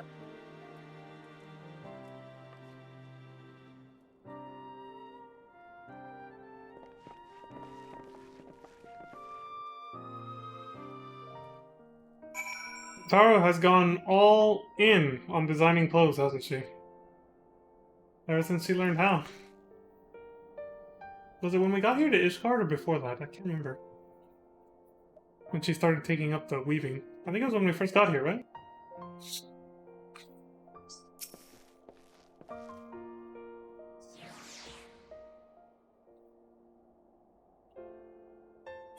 To think that the three of us plumbed the depths of the coils and confronted Bahamut himself. Had I not been there, I would struggle to believe it. Yeah, been a long time since way back then, huh? Shortly after we parted ways, I heard that she had taken to the road on her own, apparently on a journey of self-discovery. Yeah, that's true. Precisely where to, I never learned, though I suspect that was by design. She didn't tell me where she went, so you're not alone. So she enjoyed hearing tales of our exploits, did she? She did send that carriage to save our asses after the bloody banquet, so... My apologies for keeping you waiting. Oh, shit! Damn. Damn! Tataru's outdone herself, holy shit! That is snazzy. Great new look, Alize. I like it. Right then, shall we be off? Tataru never ceases to impress. Though for a moment I feared she might furnish you with an identical outfit. Praise the 12, she did not. Mother and father were rather too fond of making us wear matching clothes. Which is how we met them. Do you remember that time at the studio when that girl of yours crept up behind me in the hall and whispered, Sister, please! She was not my... can we not have this conversation in front of the Warrior of Light? Yeah. Way to go, Alfino. Get you some, dude. But that's pretty funny. The fact that she thought he... Oh my god, the fact that she thought Alize was him? Yikes, I can only imagine what Alfino heard whispered into her ear. Yeah. So be it. Another time, perhaps. To be honest, Leon, I wasn't planning on seeking you out just yet. When I set forth on my journey, I did so with grand ambitions. As you may recall, I promised I would not disappoint you. Yeah, you did say that. I pray you will forgive me if I do.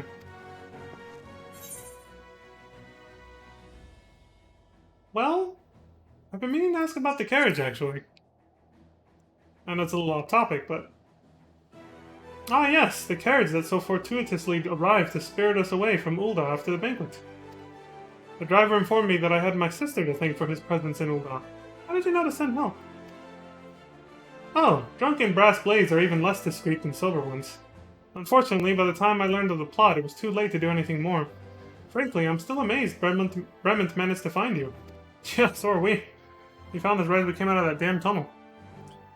New garments aside, I must say that you seem different. More resolute than when last we met. You have the look of a woman who is ready to fight for the future of Eorzea. Very true. To the extent of my abilities, perhaps, but I have no delusions of grandeur. Nor will I pretend to have found myself or any such thing. I am here today because I would regret it if I weren't. That is all. Fair enough. Let's depart for the Waking Sands then, and see if Urianger can be of assistance. Alright. The trio is reunited. Remember, I rode in on the same carriage as these two with Bremont, back when my adventure first started here in Eorzea. It all comes full circle. Oh yeah, it's not in the same town, so let's get going.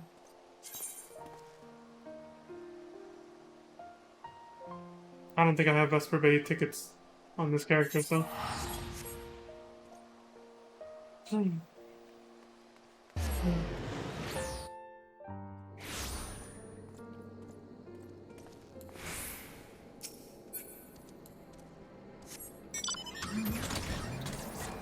wrong way. Does this thing even fit through this little... Fucking barely, not really.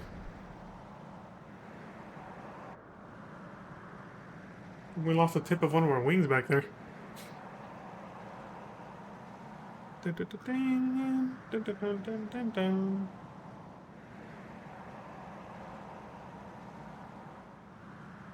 That girl of yours, Alize says. You knew Alfino was a little player, huh?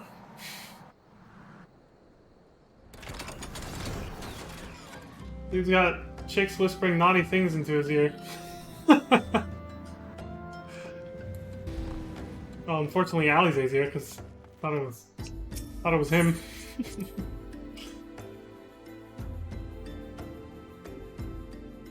Oh shit! Immediate cutscene.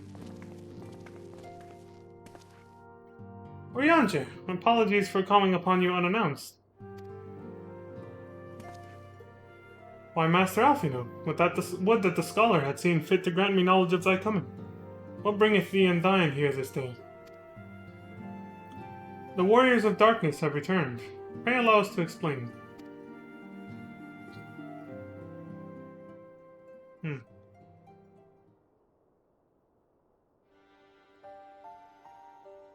I too have heard tales in recent days of primal beings rising up only to be cast down by forces unknown. Alas, as thou didst observe, this serveth but to spur the beast tribes to pursue their goals with redoubled fervor. We have two objectives at this time: to identify and remove the source of the Beast Tribe's crystals, and to take direct action to prevent any further summoning rituals from reaching completion. The second is easier said than done, of course. While we were fortunate enough to learn of the Ixal's plans before they came to fruition, I should be surprised if the Warriors of Darkness and the Ascians did not have similar designs elsewhere of which we have no knowledge. Thou wert wise to come hither, for this very day did I receive tidings most troubling from across the Straits of Merthor. Ogomoro stirreth, and there are whispers that the Lord of Crags neareth his return. Mere rumours, mark thou, but in light of thine own discoveries, thou canst ill afford to turn a deaf ear to their claims. Aye, we must ascertain the truth of the matter for ourselves. Let us consult with the Maelstrom forces stationed at Camp Overlook, Leon. Okay. Thank you for your counsel, Urianger. Pray inform us should you learn aught else. I shall. Why she looks so upset? If I may, brother, Urianger, is there anything else you would like to say? Oh shit. He thinks he's a little sus. Alize? If not, then never mind. I only ask because you are normally rather more verbose. Which means what? I'm gonna have to look that up. More chatty? Nothing to add? Very well. Ere we depart, I wish to make a request. The Warriors of Darkness spoke of how the Ardor had the power to break down the barriers between planes, that our worlds might be rejoined. I would ask that you research this for us. Being nowhere near as well read as you, I'm sure I wouldn't know where to begin. That said, I have heard tell of a promising tome. The Garen Oracles. Mayhap you could start there. Damn, that scrutinizing look! Holy shit. He's trying to peer into his soul past those damn goggles of his. By thy leave. That's it? Camp Overlook, was it? Very well. I like this.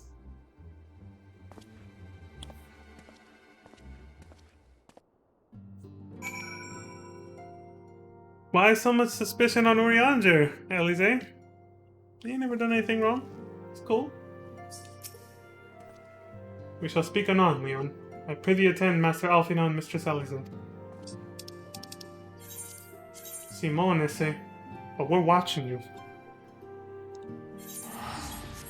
Well, she's watching you.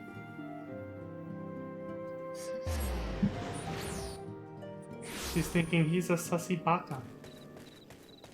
He's a little sus. That had better be the sulfur. No, you stepped in Chocobo shit, actually. Come, let us speak with Commander Bluden and see if there's any truth to these rumors concerning Titan's return. Alright. That would suck. Brand new boots. Getting them dirty like that would suck ass. 7 hells. At this rate, I'll have to appeal to Maelstrom Command for reinforcements. Whatever it is, we don't want any. Yo, chill the fuck out, man. I ain't trying to sell you anything. Well, fancy that. Just when my kobold problems look like coming to a head, the Scions of the 7th Dawn turn up, itching to pitch in. Bloody brilliant timing is what it is. Right then, let's get to it. Well, here we go, the part where we get taken advantage of. But it's what we're here for, so whatever. Unlikely allies. So our friendly neighbors in Ugamaru have got much more aggressive of late, just as you said. Matter of fact, our scouts spotted one sniffing about the stores just now. They look likely looking to make off with an armful of crystals. I'll be damned if I'm about to let that happen. Lend a hand and help us search the camp for the little bugger, would you? Sure.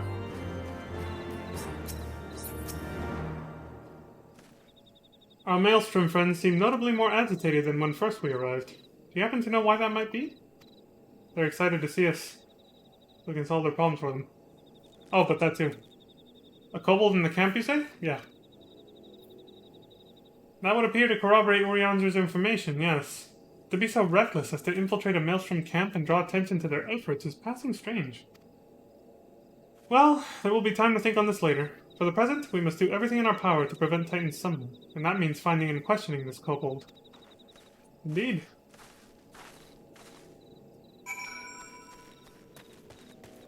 I remember this one always gave me a little bit of trouble to find, because the search area is so big. Whoa. Oh, you can find them too. Surely all this commotion cannot have escaped the kobold's notice. If he has any sense, he will attempt to quit this place, will he not? But look in the outside of the search area is what you're saying, right? Where's Alize then? The damn trees. Oh, there he is. I don't know where Alize is, but whatever. Hey there, little guy. What you doing? Look how cute he is. He's so tiny. Wait. What are you doing? Shit.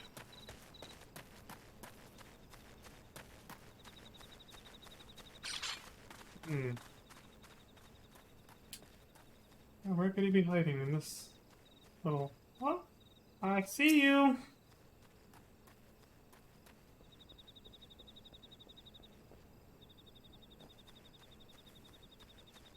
Don't worry, little guy. I'm not gonna hurt you. I just need to ask you some questions, alright? Need you to answer them immediately. Stay back! Away! Far! Back! I'm not a... God, it's no use! Pointless, hopeless, no use! Wait! I'm not gonna hurt you. Just had a simple question to ask. I think we can find it again.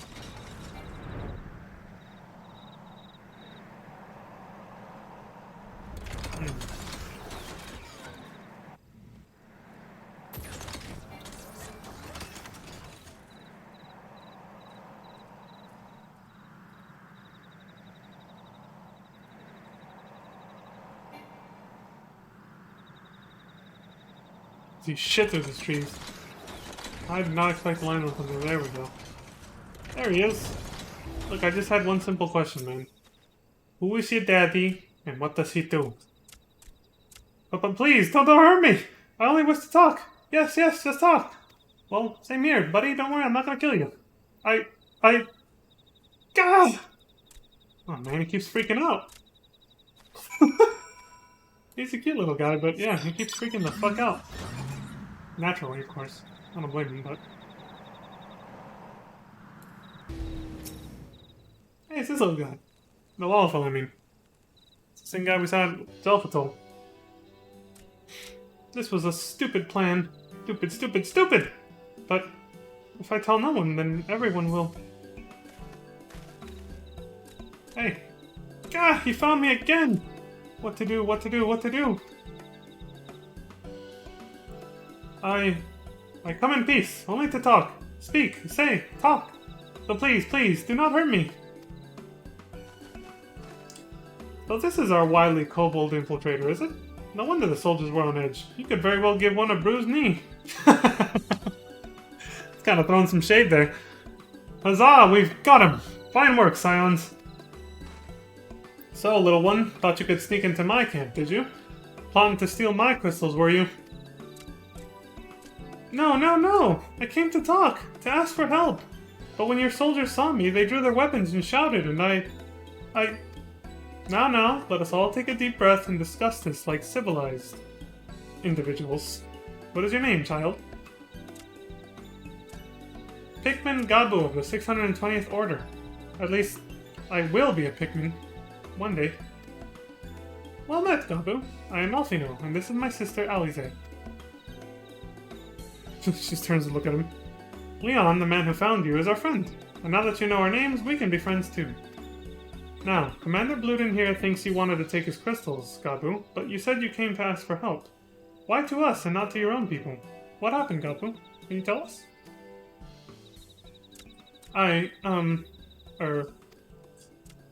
He's nervous as hell.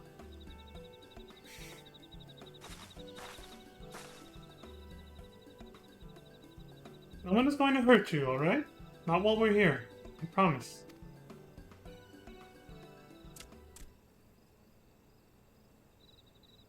The Patriarch, he's... The Patriarch is gonna summon the Great Father again, and you have to stop him! Beat him, fight him, stop him! Well, she won over his trust pretty quickly. Guess she's good with kids. Gabu's parents said they didn't want it, along with many others. But the Patriarch wouldn't listen. He was so angry, raging, fuming, angry. He said that if they didn't have iron in their hearts, they would serve as coke for the furnace. And then the guards took my parents and the others away, and I haven't seen any of them since. Coke for the furnace? I think he means to sacrifice them, like we've seen with those extreme trial rituals, in A Realm Reborn. I did not want to believe it, but I've heard tales of foci fashioned from the bones of beastmen, which worshippers use in their rituals, hoping to summon more powerful incarnations of their gods. If we hadn't done the extreme trials in A Realm Reborn, we wouldn't know anything about that. By the 12? That is sickening. Yeah. Quite disgusting, actually. No one listens to Gabu, no matter how much he cries. Pleads, begs, cries. They do not listen, only talk about punishing the overdwellers and praising the Great Father. Gabu loves the Great Father, but he loves his parents too. So please, help Gabu stop the Patriarch and save his parents. Alright, calm down, we'll do what we can. It's in our best interest too, after all. Commander, advise Maelstrom Command that Titan summoning is imminent. Should the worst come to the worst, we will require their support. Time being of the essence, we three will attempt to infiltrate the Kobold stronghold, secure their crystals, and free the prisoners. Excuse me. Well, if you're sure. You'll forgive me if I don't seem optimistic. We'll make ready just in case.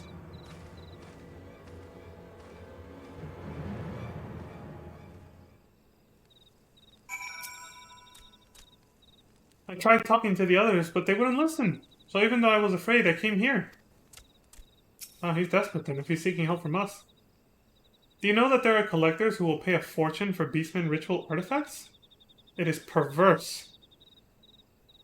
Yeah, I guess we probably shouldn't tell Alize that there's a repeatable quest for us to sell these artifacts to these people that she's talking about. And we kind of profited from doing that, and... What was it for again? It was in Revenant's Toll, right? That repeatable quest for getting the Beastman ritual foci from Garuda, Efreet, and Titan. You traded it in for some kind of tickets with some chick there at Revenant's Toll, and in exchange for that you got like some special armor or equipment, I think?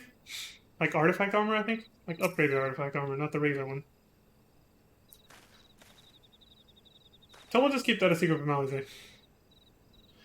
I have faith that we may yet stop the ritual. We would surely have detected the associated etheric disturbance had Titan manifested already. I cannot speak for the prisoners. Elf have mercy. That they would even contemplate sacrificing their own flesh and blood, brothers and sisters, mothers and fathers. Time is of the essence. We must see what else Gabu knows and formulate a plan without further delay. Let us pray that we still have time to save Gabu's parents. Indeed. What sort of twisted monster would consider a ritual focus a work of art, knowing full well how it was made? And we call them beastmen. Preach, Alize. I totally didn't give in to their demands and get ritual foci for them and sell it to them for my own profit. Not at all. They are sick, twisted perverts, like you said. Yes. Anyway. The beast that mourned at the heart of the mountain. I heard Great Father Titan loves crystals. Cherishes, covets, loves them, and if we gather enough, he will return. That's why the Patriarch told everyone to go forth and gather them. So I was thinking, if we take all the crystals away, maybe the Great Father won't come? Very good, Gabu. I was just thinking the same thing. Do you know where these crystals are stored? I know. Oh! Several spots, each defended by a different order. Gabu wanted to steal them, but he was too afraid to go alone. Yes, too afraid to go alone. That was it, okay. But together we can take them away and hide them. Come. Gabu will lead you to the first cache. Or cache, however you want to pronounce it.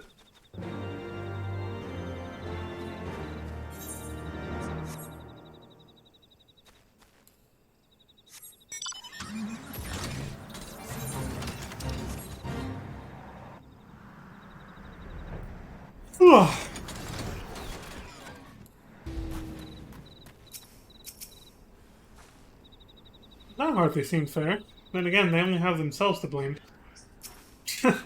Oh, I see. They kicked their ass already. Pray see to the crystals. Alize and I will stand guard for any errant patrols. Alright. Thanks for putting in work, guys. Gabu. Quickly, quickly! Alright, alright. Hold your horses, I got this. There. Do you have them all? Good. Lead on, Gabu.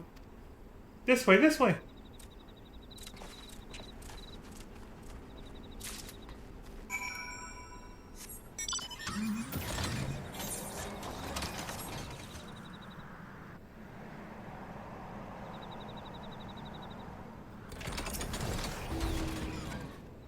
What are you waiting for? We stand lookout, you take the crystals.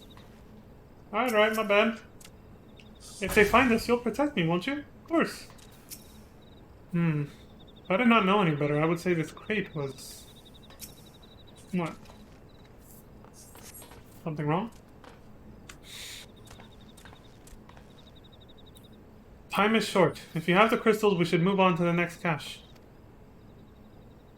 Did you hear me, brother? Brother! Aye, aye, it's just that...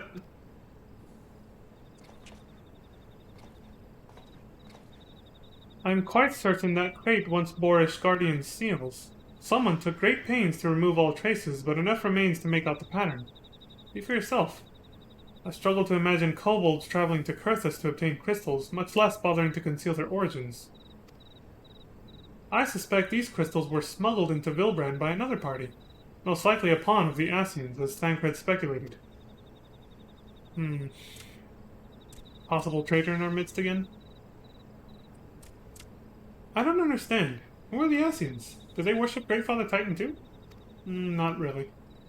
Never you mind about that. As Alize said, we do not have a lot of time. Can you lead us to the next cache, Gabu? Yes, yes, yes, of course. Gabu knows the way. This next one is the last and is very large. Very big, very huge, very large.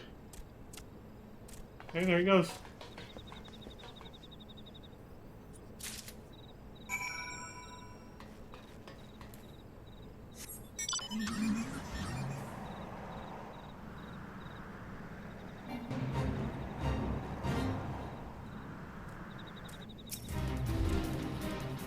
We should pack up the crystals and leave, now. The kobolds could stumble upon our handiwork at any moment. Oh, but they were here! Heaps and heaps and heaps of crystals! Gabu said the cache would be here, but unless it is remarkably well hidden...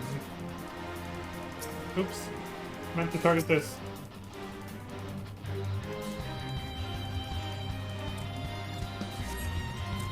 So you cast about for a time and you see no sign of the crystals.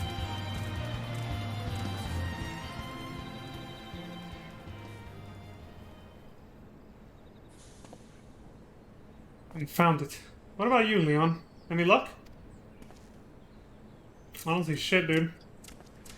Nothing, nothing, nothing! But this cannot be! Gabu saw them! Spied, spotted, saw! Think, brother, think! They must have moved them, yes? The question is, where to and why? Within Ogomoro, where they summoned Titan once before and mean to do so again. It is the only explanation. What about Mother and Father and the others? We have to help them! And we will, Gabu, we will. Stay calm, we still have time. They have yet to call for the remaining crates, yes? If they had, then they would have found the other caches empty and sounded the alarm. Nevertheless, I believe the time for stealth has passed. We must breach the navel and seize the remaining crystals. There is no other way to prevent Titan's summoning. But first, give me your crystals that I might deliver them into Commander Bluden's custody. We dare not take them into the bowels of the mountain. Alright, here you go. Mother, Father, we're coming. Alfino is right. It would be folly to deliver the kobolds the very thing we sought to deny them. Yeah. March in there with all their crystals, basically handing it to them. The crystals, Leon, if you would be so kind. A cache of crystals. A large quantity of crystals intended for Titan summoning. Here you go.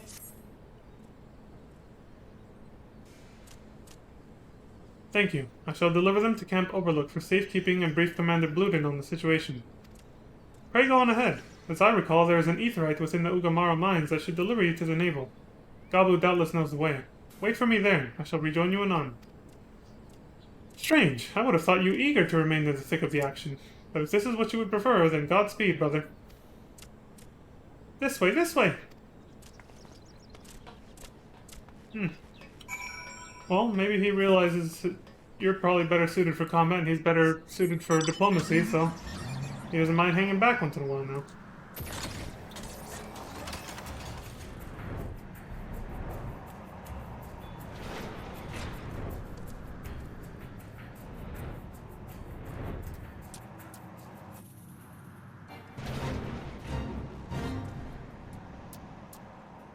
Easiest way to get through here. Oh, turn too soon.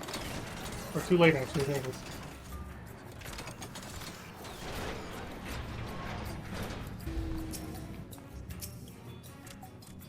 I hope the Patriarch and my parents are there. Well, I hope so too. Alize? Ah, I take it this is the Aetheryte we seek? Right then. Yep. As soon as Alfino arrives, we go. I trust you're feeling suitably heroic, Leon. There's no telling what sort of resistance we'll face in there. True enough.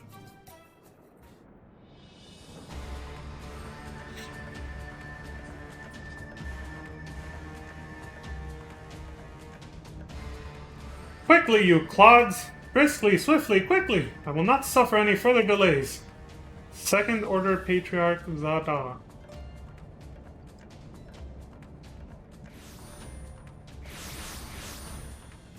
Sup?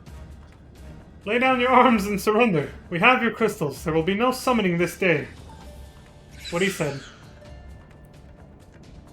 Overdwellers? Here? But how did you... Where are my parents, Patriarch? Where are they?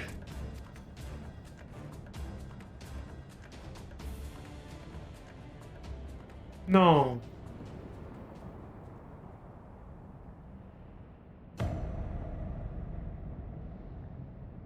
They're already... We were too late, weren't we? Mother? Father? Coke for the furnace? You monster! How could you? She's fucking pissed. We are but servants of the Lord of Crags. We are his, that he may drink of our blood and partake of our flesh. That he might draw upon the strength of his children and defend them from the tyranny of the Overdwellers. Yeah, like any cultish religious fanatic ever. Yeah, they would say something like that. No, Alize, not yet.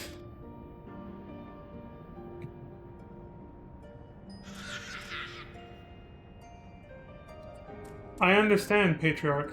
I do. Your fear, your anger, your hate. You would do anything to protect your people. Anything to deliver them from despair. Whatever it takes to ensure that those who threaten you can never do so again. But in your single-minded pursuit of this objective, you have brought suffering on your own, kith and kin. You have sacrificed the lives of the very people you sought to protect. But it need not be this way, Patriarch. Renounce this bloody course. Cease your attempts to summon your god and work with us, together, to build a lasting peace. Another peace to be abandoned at the Overdweller's convenience. Oathbreakers, all of you! Liars, betrayers, oathbreakers! He's not wrong. You take and you take and you take, and when you've had your fill, you sue for peace. You promise that this time is the last, until you grow hungry again. There's no counter-argument there, that's exactly what Limsa did. And when we dare to defend ourselves, you declare that this beast tribe cannot be suffered to live. That our god drains the land of ether and brings naught but suffering, death, destruction, suffering upon us all. I will hear no more lies from you and yours, Overdweller. You've ruined your own lands, you'll not ruin ours. What can you really say? He's right about all of that. I said I'd come for you, and I did! I'm here! I'm here. I'm here. Say something, please. Please.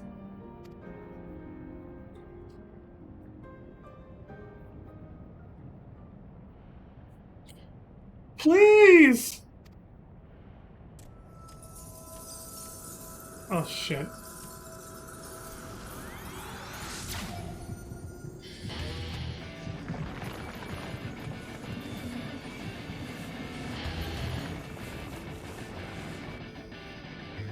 Wake up! Wake up! Wake up! Wake up! Wake up! Wake up! Wake up! Wake up! Wake up! Man.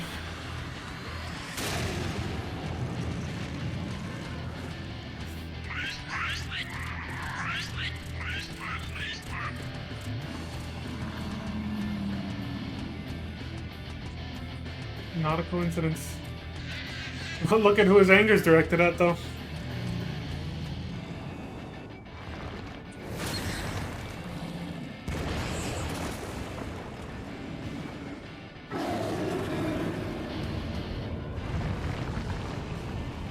Seven hells! I was just like, Merle now. I'm here. I'm here. I'm here.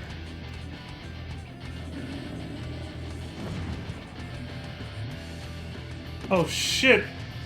Alfie, no! Leave him to me!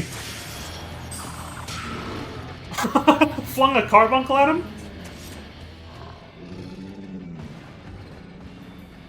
We must away! You heard the man? Oh!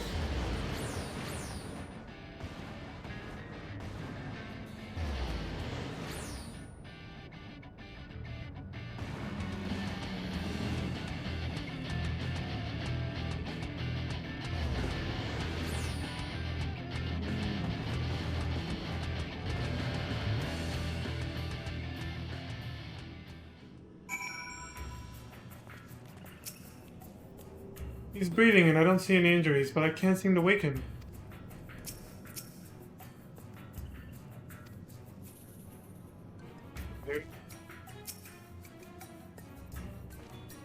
By the 12, how could I be so foolish? I should have known better than to let Gabu accompany us, given what we were like to find. That's actually kind of true, yeah. His anguish and despair have served to birth a primal, just as surely as would the supplications of the faithful. Worse, being born of such tumultuous emotion, this incarnation of Titan seems incapable of naught but violence. If we have one cause for optimism, it is that while many crystals were present, they represented but a fraction of the quantity intended for the summoning ritual. Meaning that Titan must be far weaker than planned. Be that as it may, he is yet a primal, and the longer we leave him to bleed the land of ether, the stronger he will grow. And should Titan be permitted to leave Ogamoro, more lives will be lost. Maelstrom will rally their troops and the cycle will continue. Leon, you know what must be done. Will you face the Lord of Cries once more? I'll do what I must. Thank you, my friend. Alize and I will tend to Gabu. When you have finished with the Primal, look for us in Camp Overlook. We will be expecting you. I have faith that you will return to us, just as you always have.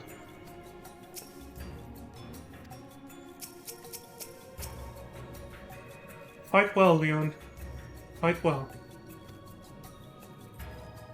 Of course.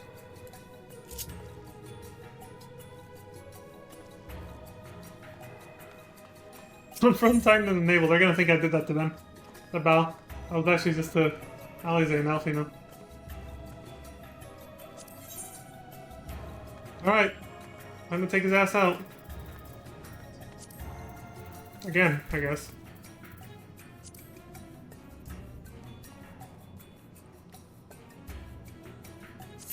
The description is from the first time we fought Titan, so there's no need to read it. It doesn't reflect what just happened in the story. Because yes, they're literally making us repeat old content from Realm Reborn here.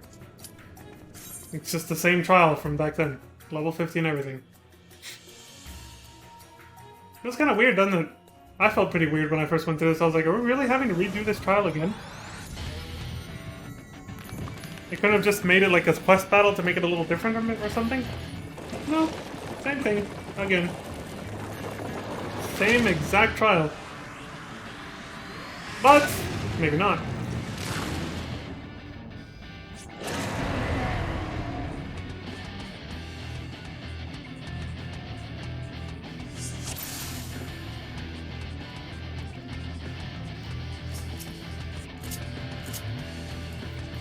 Alright, let's do this. Me and you.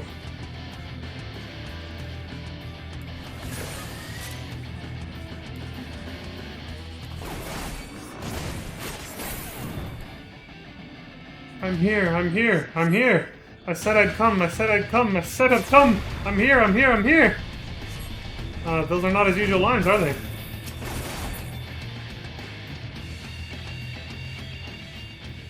He's just saying the same thing again.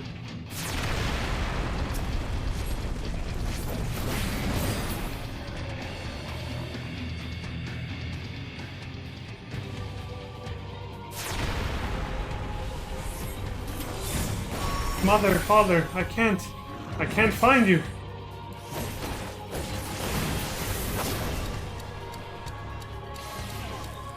Shit.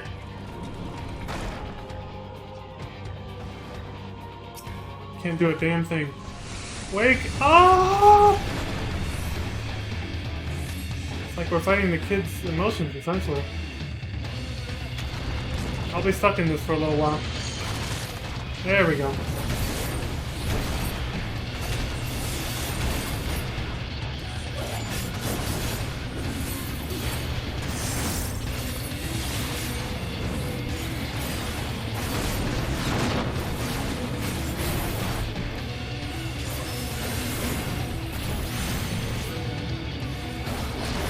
That could have actually killed me. If I didn't move out of the way. I forgot about that. I didn't use it last time.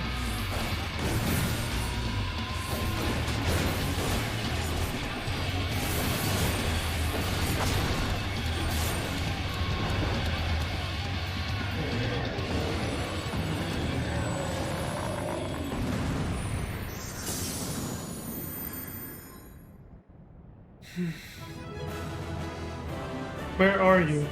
Where are you? Those were Titan's last words. Asking where his parents are.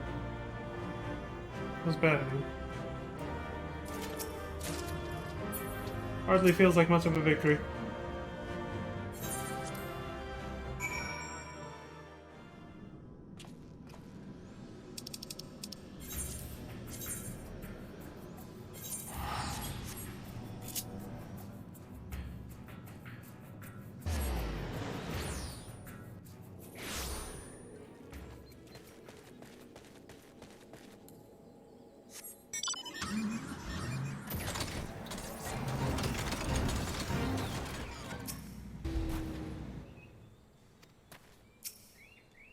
You're back! Gods, what a relief. Yeah, it was no problem, really. Ah, there he is! Did I not tell you he would return safe and sound? Thanks for the confidence, Alpha Enoch. The deed is done then? Titan is no more? Yep, he's gone. Good. There's been enough tragedy this day. Yeah. He has been like that since he regained consciousness. We believe he can hear us, but he has made no attempt to respond. He is almost certainly still in shock, but we cannot discount the possibility that he succumbed to the Primal's influence. Should that prove to be the case,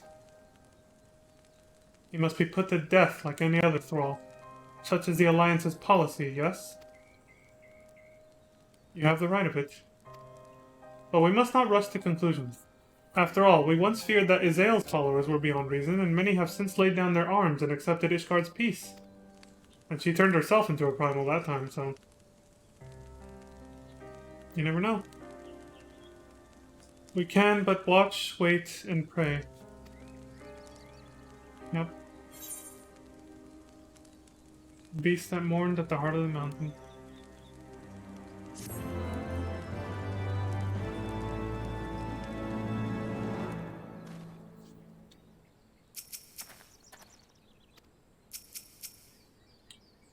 I know what happened. God's help me, I was there. But the thought that we might have to...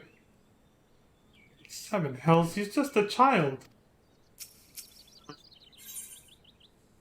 Beneath a star-filled sky. There is naught to be gained from dwelling on an eventuality over which we have no control, much less one which may never even come to pass. Let us tend to more immediate matters, informing Commander Bluden of Titan's demise, for example. You may be certain that he will be glad of the news. Would you be so kind as to break it to him? Sure. I'll let him know.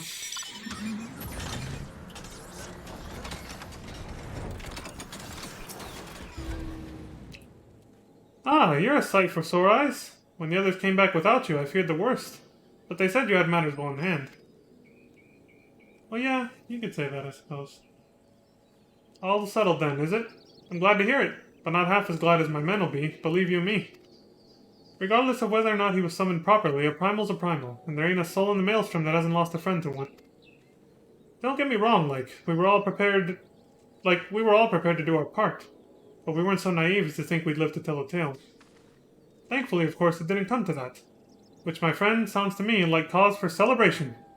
Now, I know you lot have places to be, but why not stay the night? We'd be honored to raise a glass to the triumphant return of Titan's Bane. Sure, why not? Suck it.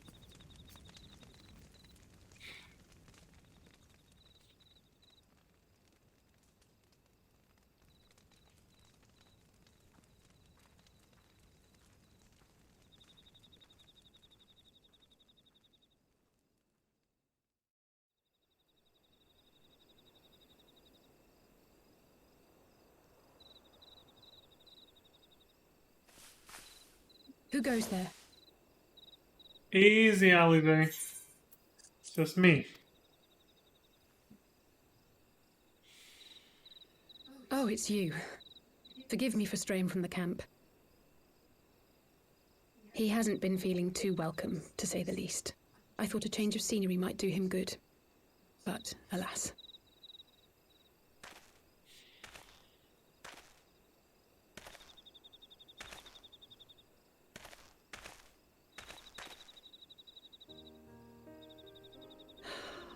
It's so quiet out here. The stars spread out before us, beckoning across time and space. Dawn may banish even the darkest night. How bitterly beautiful, those words. I should be stronger for all my experiences, yet my heart aches more than ever.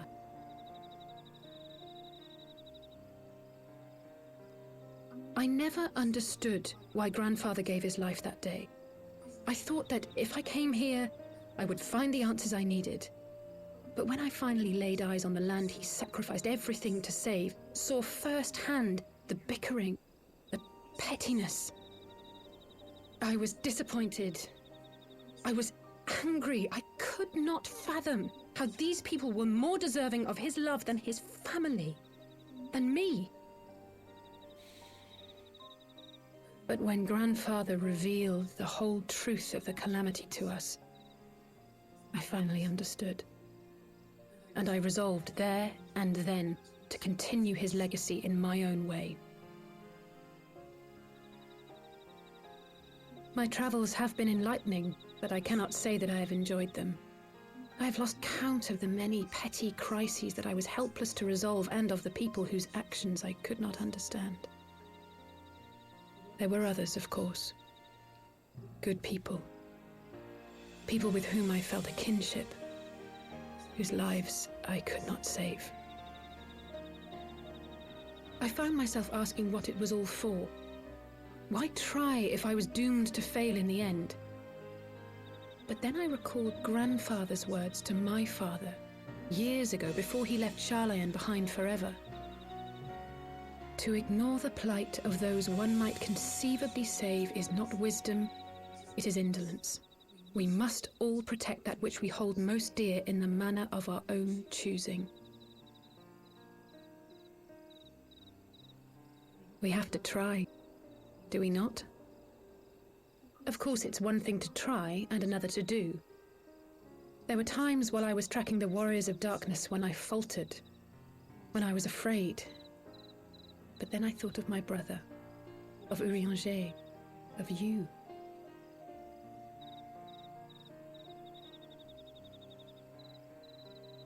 Oh, pray forgive me.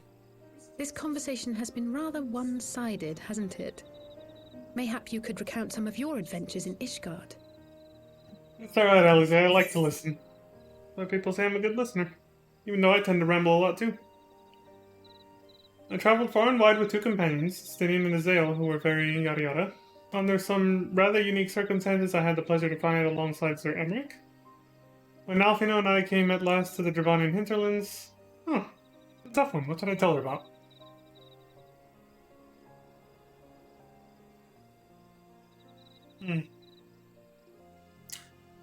Let's just talk about Alfino, I guess. Why not? It's her brother, so...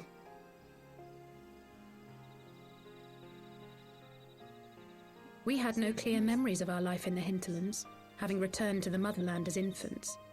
Nevertheless, I am quite familiar with Master Matoya, as is every Sharlayan. I should like to speak with her someday.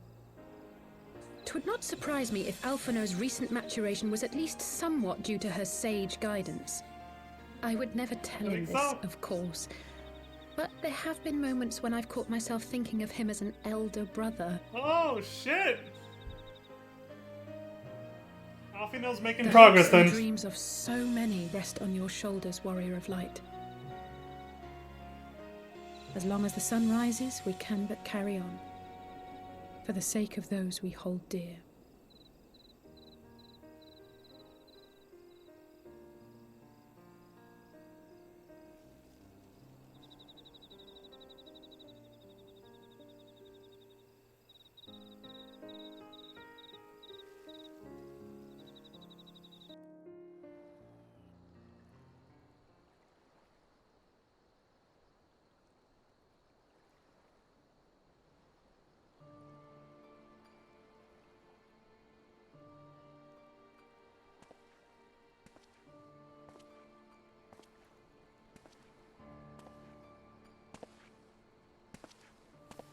To what end dost thou cling to the tainted gifts of the Mother?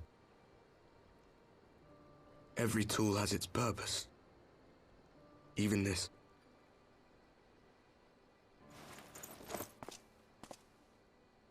Well, what is it? The seeds sown in Vilbrand have been plucked from the earth and left to wither. Alas, Titan's demise sufficed not to drive the kobolds to deepest desperation.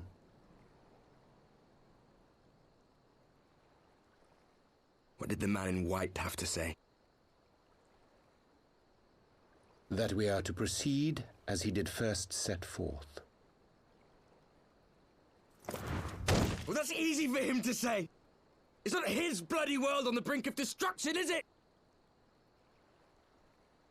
Be thou well reminded that with an end to Ishgard's unrest, naught now remaineth to preoccupy the Scion's thoughts, and thus may they devote their every energy to thwarting thee and thine. I foresee only greater difficulties ahead. Foresee? Are you sure you don't welcome them? I'm starting to think you might hold a candle for your old friends after all. Pray do not mistake mine intent. I but look upon the path which lieth before us with due trepidation. Shouldst thou be of like mind, pray consider then another course. For the power to invoke the ardor belongeth not unto the Ascians alone. With thine own hand strike down thine enemy, the so-called hero who would see thy home lost to light. Do but this, and thou wouldst at a single stroke disrupt the all-too-delicate balance of this realm, plunging her straightways into chaos.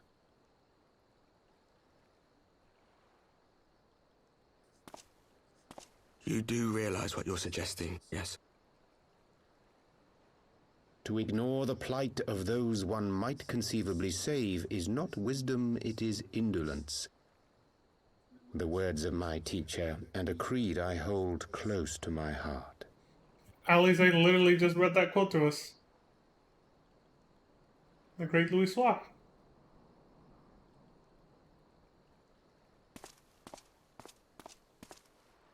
Very well. Draw him out. We'll make it quick.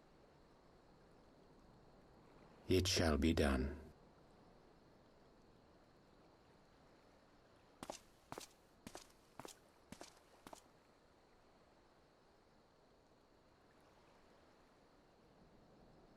What good a creed one cannot uphold? What hurts soothed? What lives saved? Oh, hapless fool, what hast thou wrought by thine own hands? Minfilia, my friends, I shall not now beg your forgiveness. Full deeply though it paineth me to walk it, I shall not stray from my chosen path. As Moonbreeder remains steadfast, so too shall I.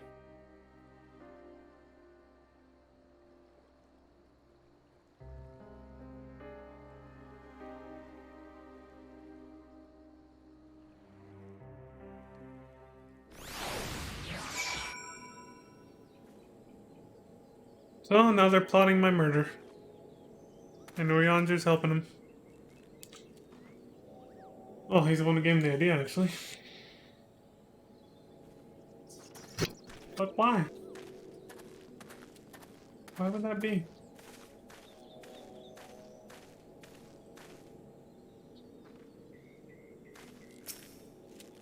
Alfino? What ho, Leon? I trust you had a good night's rest? Yeah, more or less. I was but this moment speaking with Thancred and Yestola via Link Pearl. They had some interesting news to share. Apparently, during the course of their respective investigations, both came across crates which had once borne Ishgardian seals. It seems that someone in the capital has been very busy indeed. Accordingly, the Temple Knights have launched a full-scale investigation. Sir Emrick believes that it is only a matter of time before the culprits are found, but we shall have to wait and see. In the meantime, it seems only prudent to look into the recent activities of the other tribes, in case they too are flush with Ishgardian crystals. And with that in mind, I suggest we pay Urianger another... Wait, where's Alize? She was here a moment ago. It's Gabu. Would you be so kind as to look for my sister? She is doubtless somewhere in the camp, but... well, I'm sure you will find her. And yeah, that little wave I did during the cutscene was for you, Crimson. I saw that you came back and said something. Clearing that up also for anyone else who saw the wave and was like, what the fuck was that about?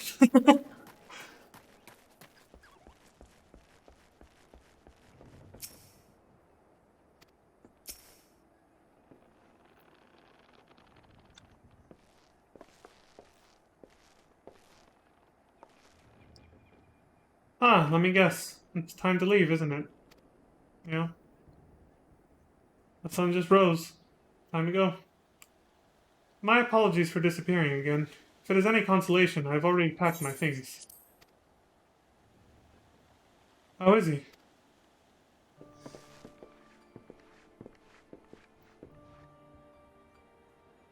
Brother, Commander Bluden.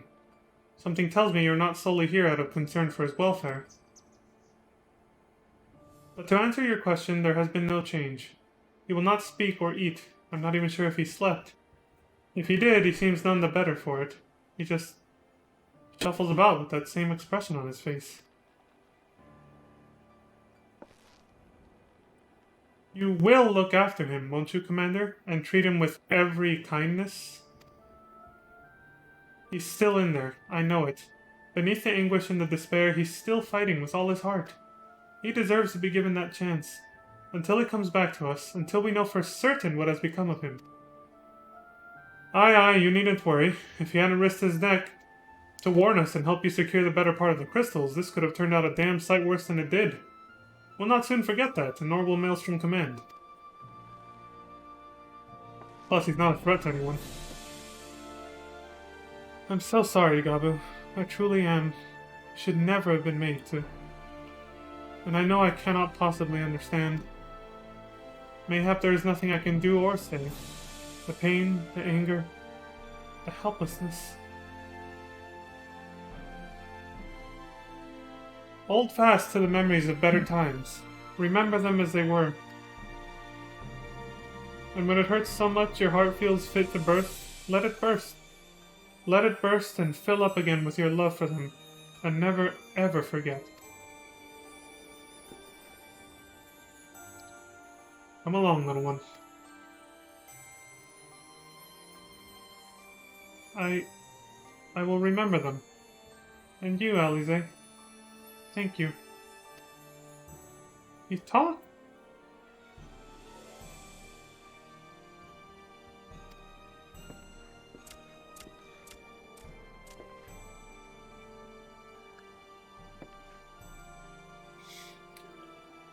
Have faith, sister. Your words have reached him. In time, he will recover. And those who orchestrated these events will be made to answer for their crimes.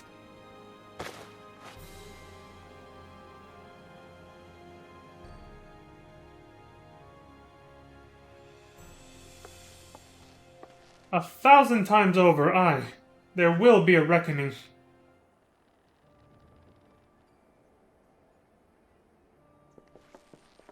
Got that right. That kid didn't deserve to lose his parents like that.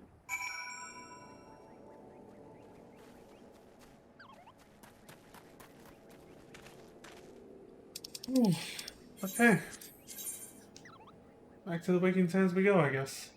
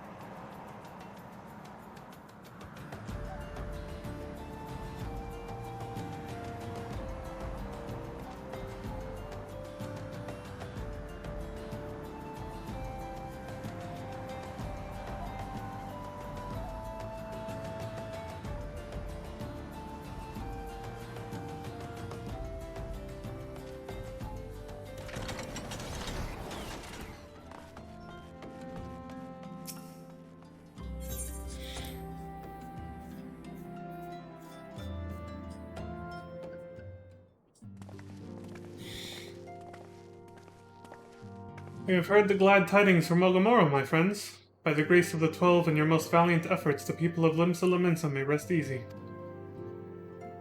I should like to think so, yes. Though we failed to prevent the Lord of Crags from manifesting, we did succeed in weakening him, enabling our friend to dispatch him before the Warriors of Darkness could make matters worse. It was by no means an unmitigated success, but it will have to suffice. And let us speak of another matter, one which weigheth heavy on my lady's mind. As thou didst request, I sought out the Garen oracles, that we might better understand the aims of the Warriors of Darkness. Though their copious use of allegory defieth any single interpretation, the oracles paint a most disturbing picture, one of worlds parallel to our own, apart yet linked, reduced to ruin with every umbral calamity. 7 times have they succeeded. Then of 10 and 3, only 6 worlds remain. Aye, all is as my lady Menphilius spake unto thee. As for what becometh of these reflections when they and the source are rejoined? Frail flesh undone in umbral fires, each soul surrendereth to her call, to flow unto the endless sea, there to endure as one and none. So, then if the Warriors of Darkness succeed, everyone in their world will die? Sounds like it.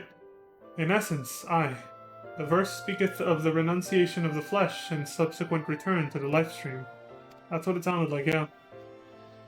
However, this fate may yet be preferable to the alternative, for if the first were to fall to transcendent light in the manner of the Warriors of Darkness described, it would give way unto a void wherein none may know either life or death.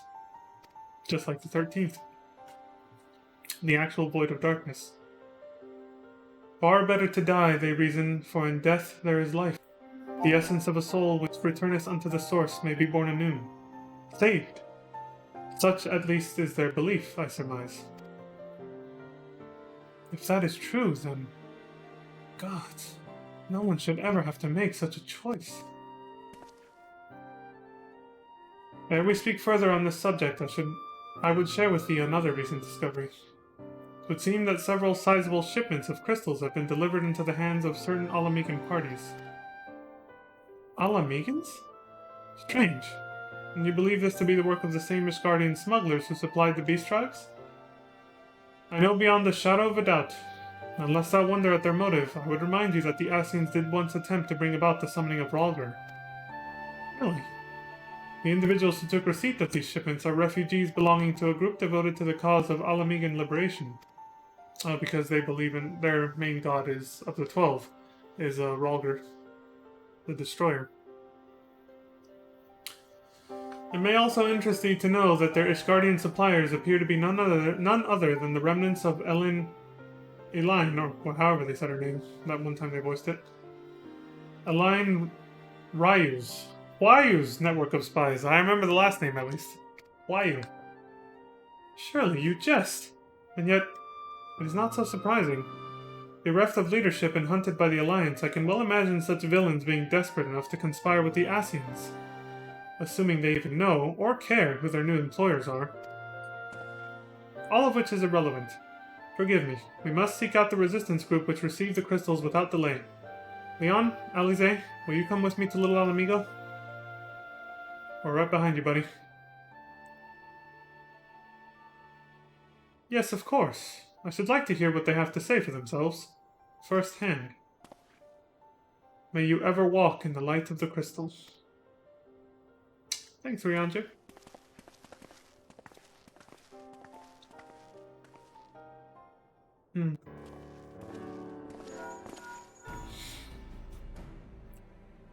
Alfino, Alize, Leon, are you three listening?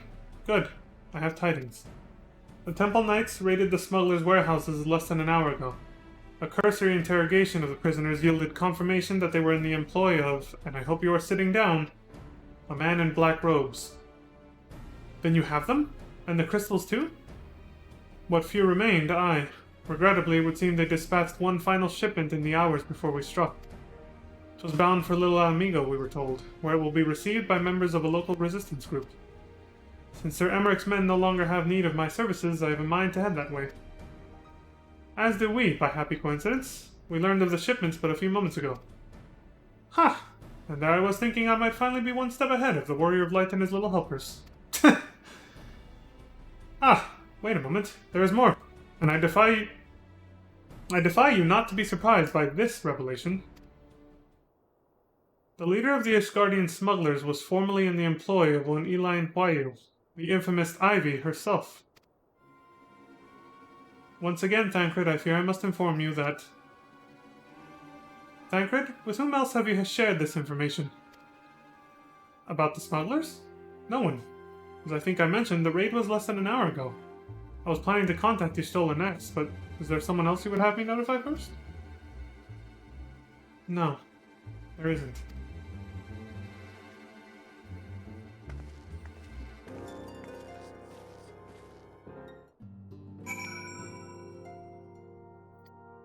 What's on her mind, I wonder? What in the world has gotten into her? It is twice now that we have sought Uriancher's aid, and twice she has treated him as if he were a stranger. The Archon was one of Grandfather's most dedicated pupils, and spent as much time at the Leveilleur estate as we did. He's practically a member of the family. Truth be told, I struggle to recall a day from my childhood when I did not see the three of them laughing together. If this continues, I may have to raise the matter. Later, though. Little Amigo awaits. Indeed. But first, I need to take a small break. Sweet. I was wondering if you could sit here. Now I know I can. Alright, folks. This one's coming in late. 2 hours and 41 minutes in. But yeah, I'll be back in about 5-10 minutes. And the next part will be a little shorter because it's pretty close to my bedtime, so it's probably only going to be like an hour. An hour and a half at best, so... BRB.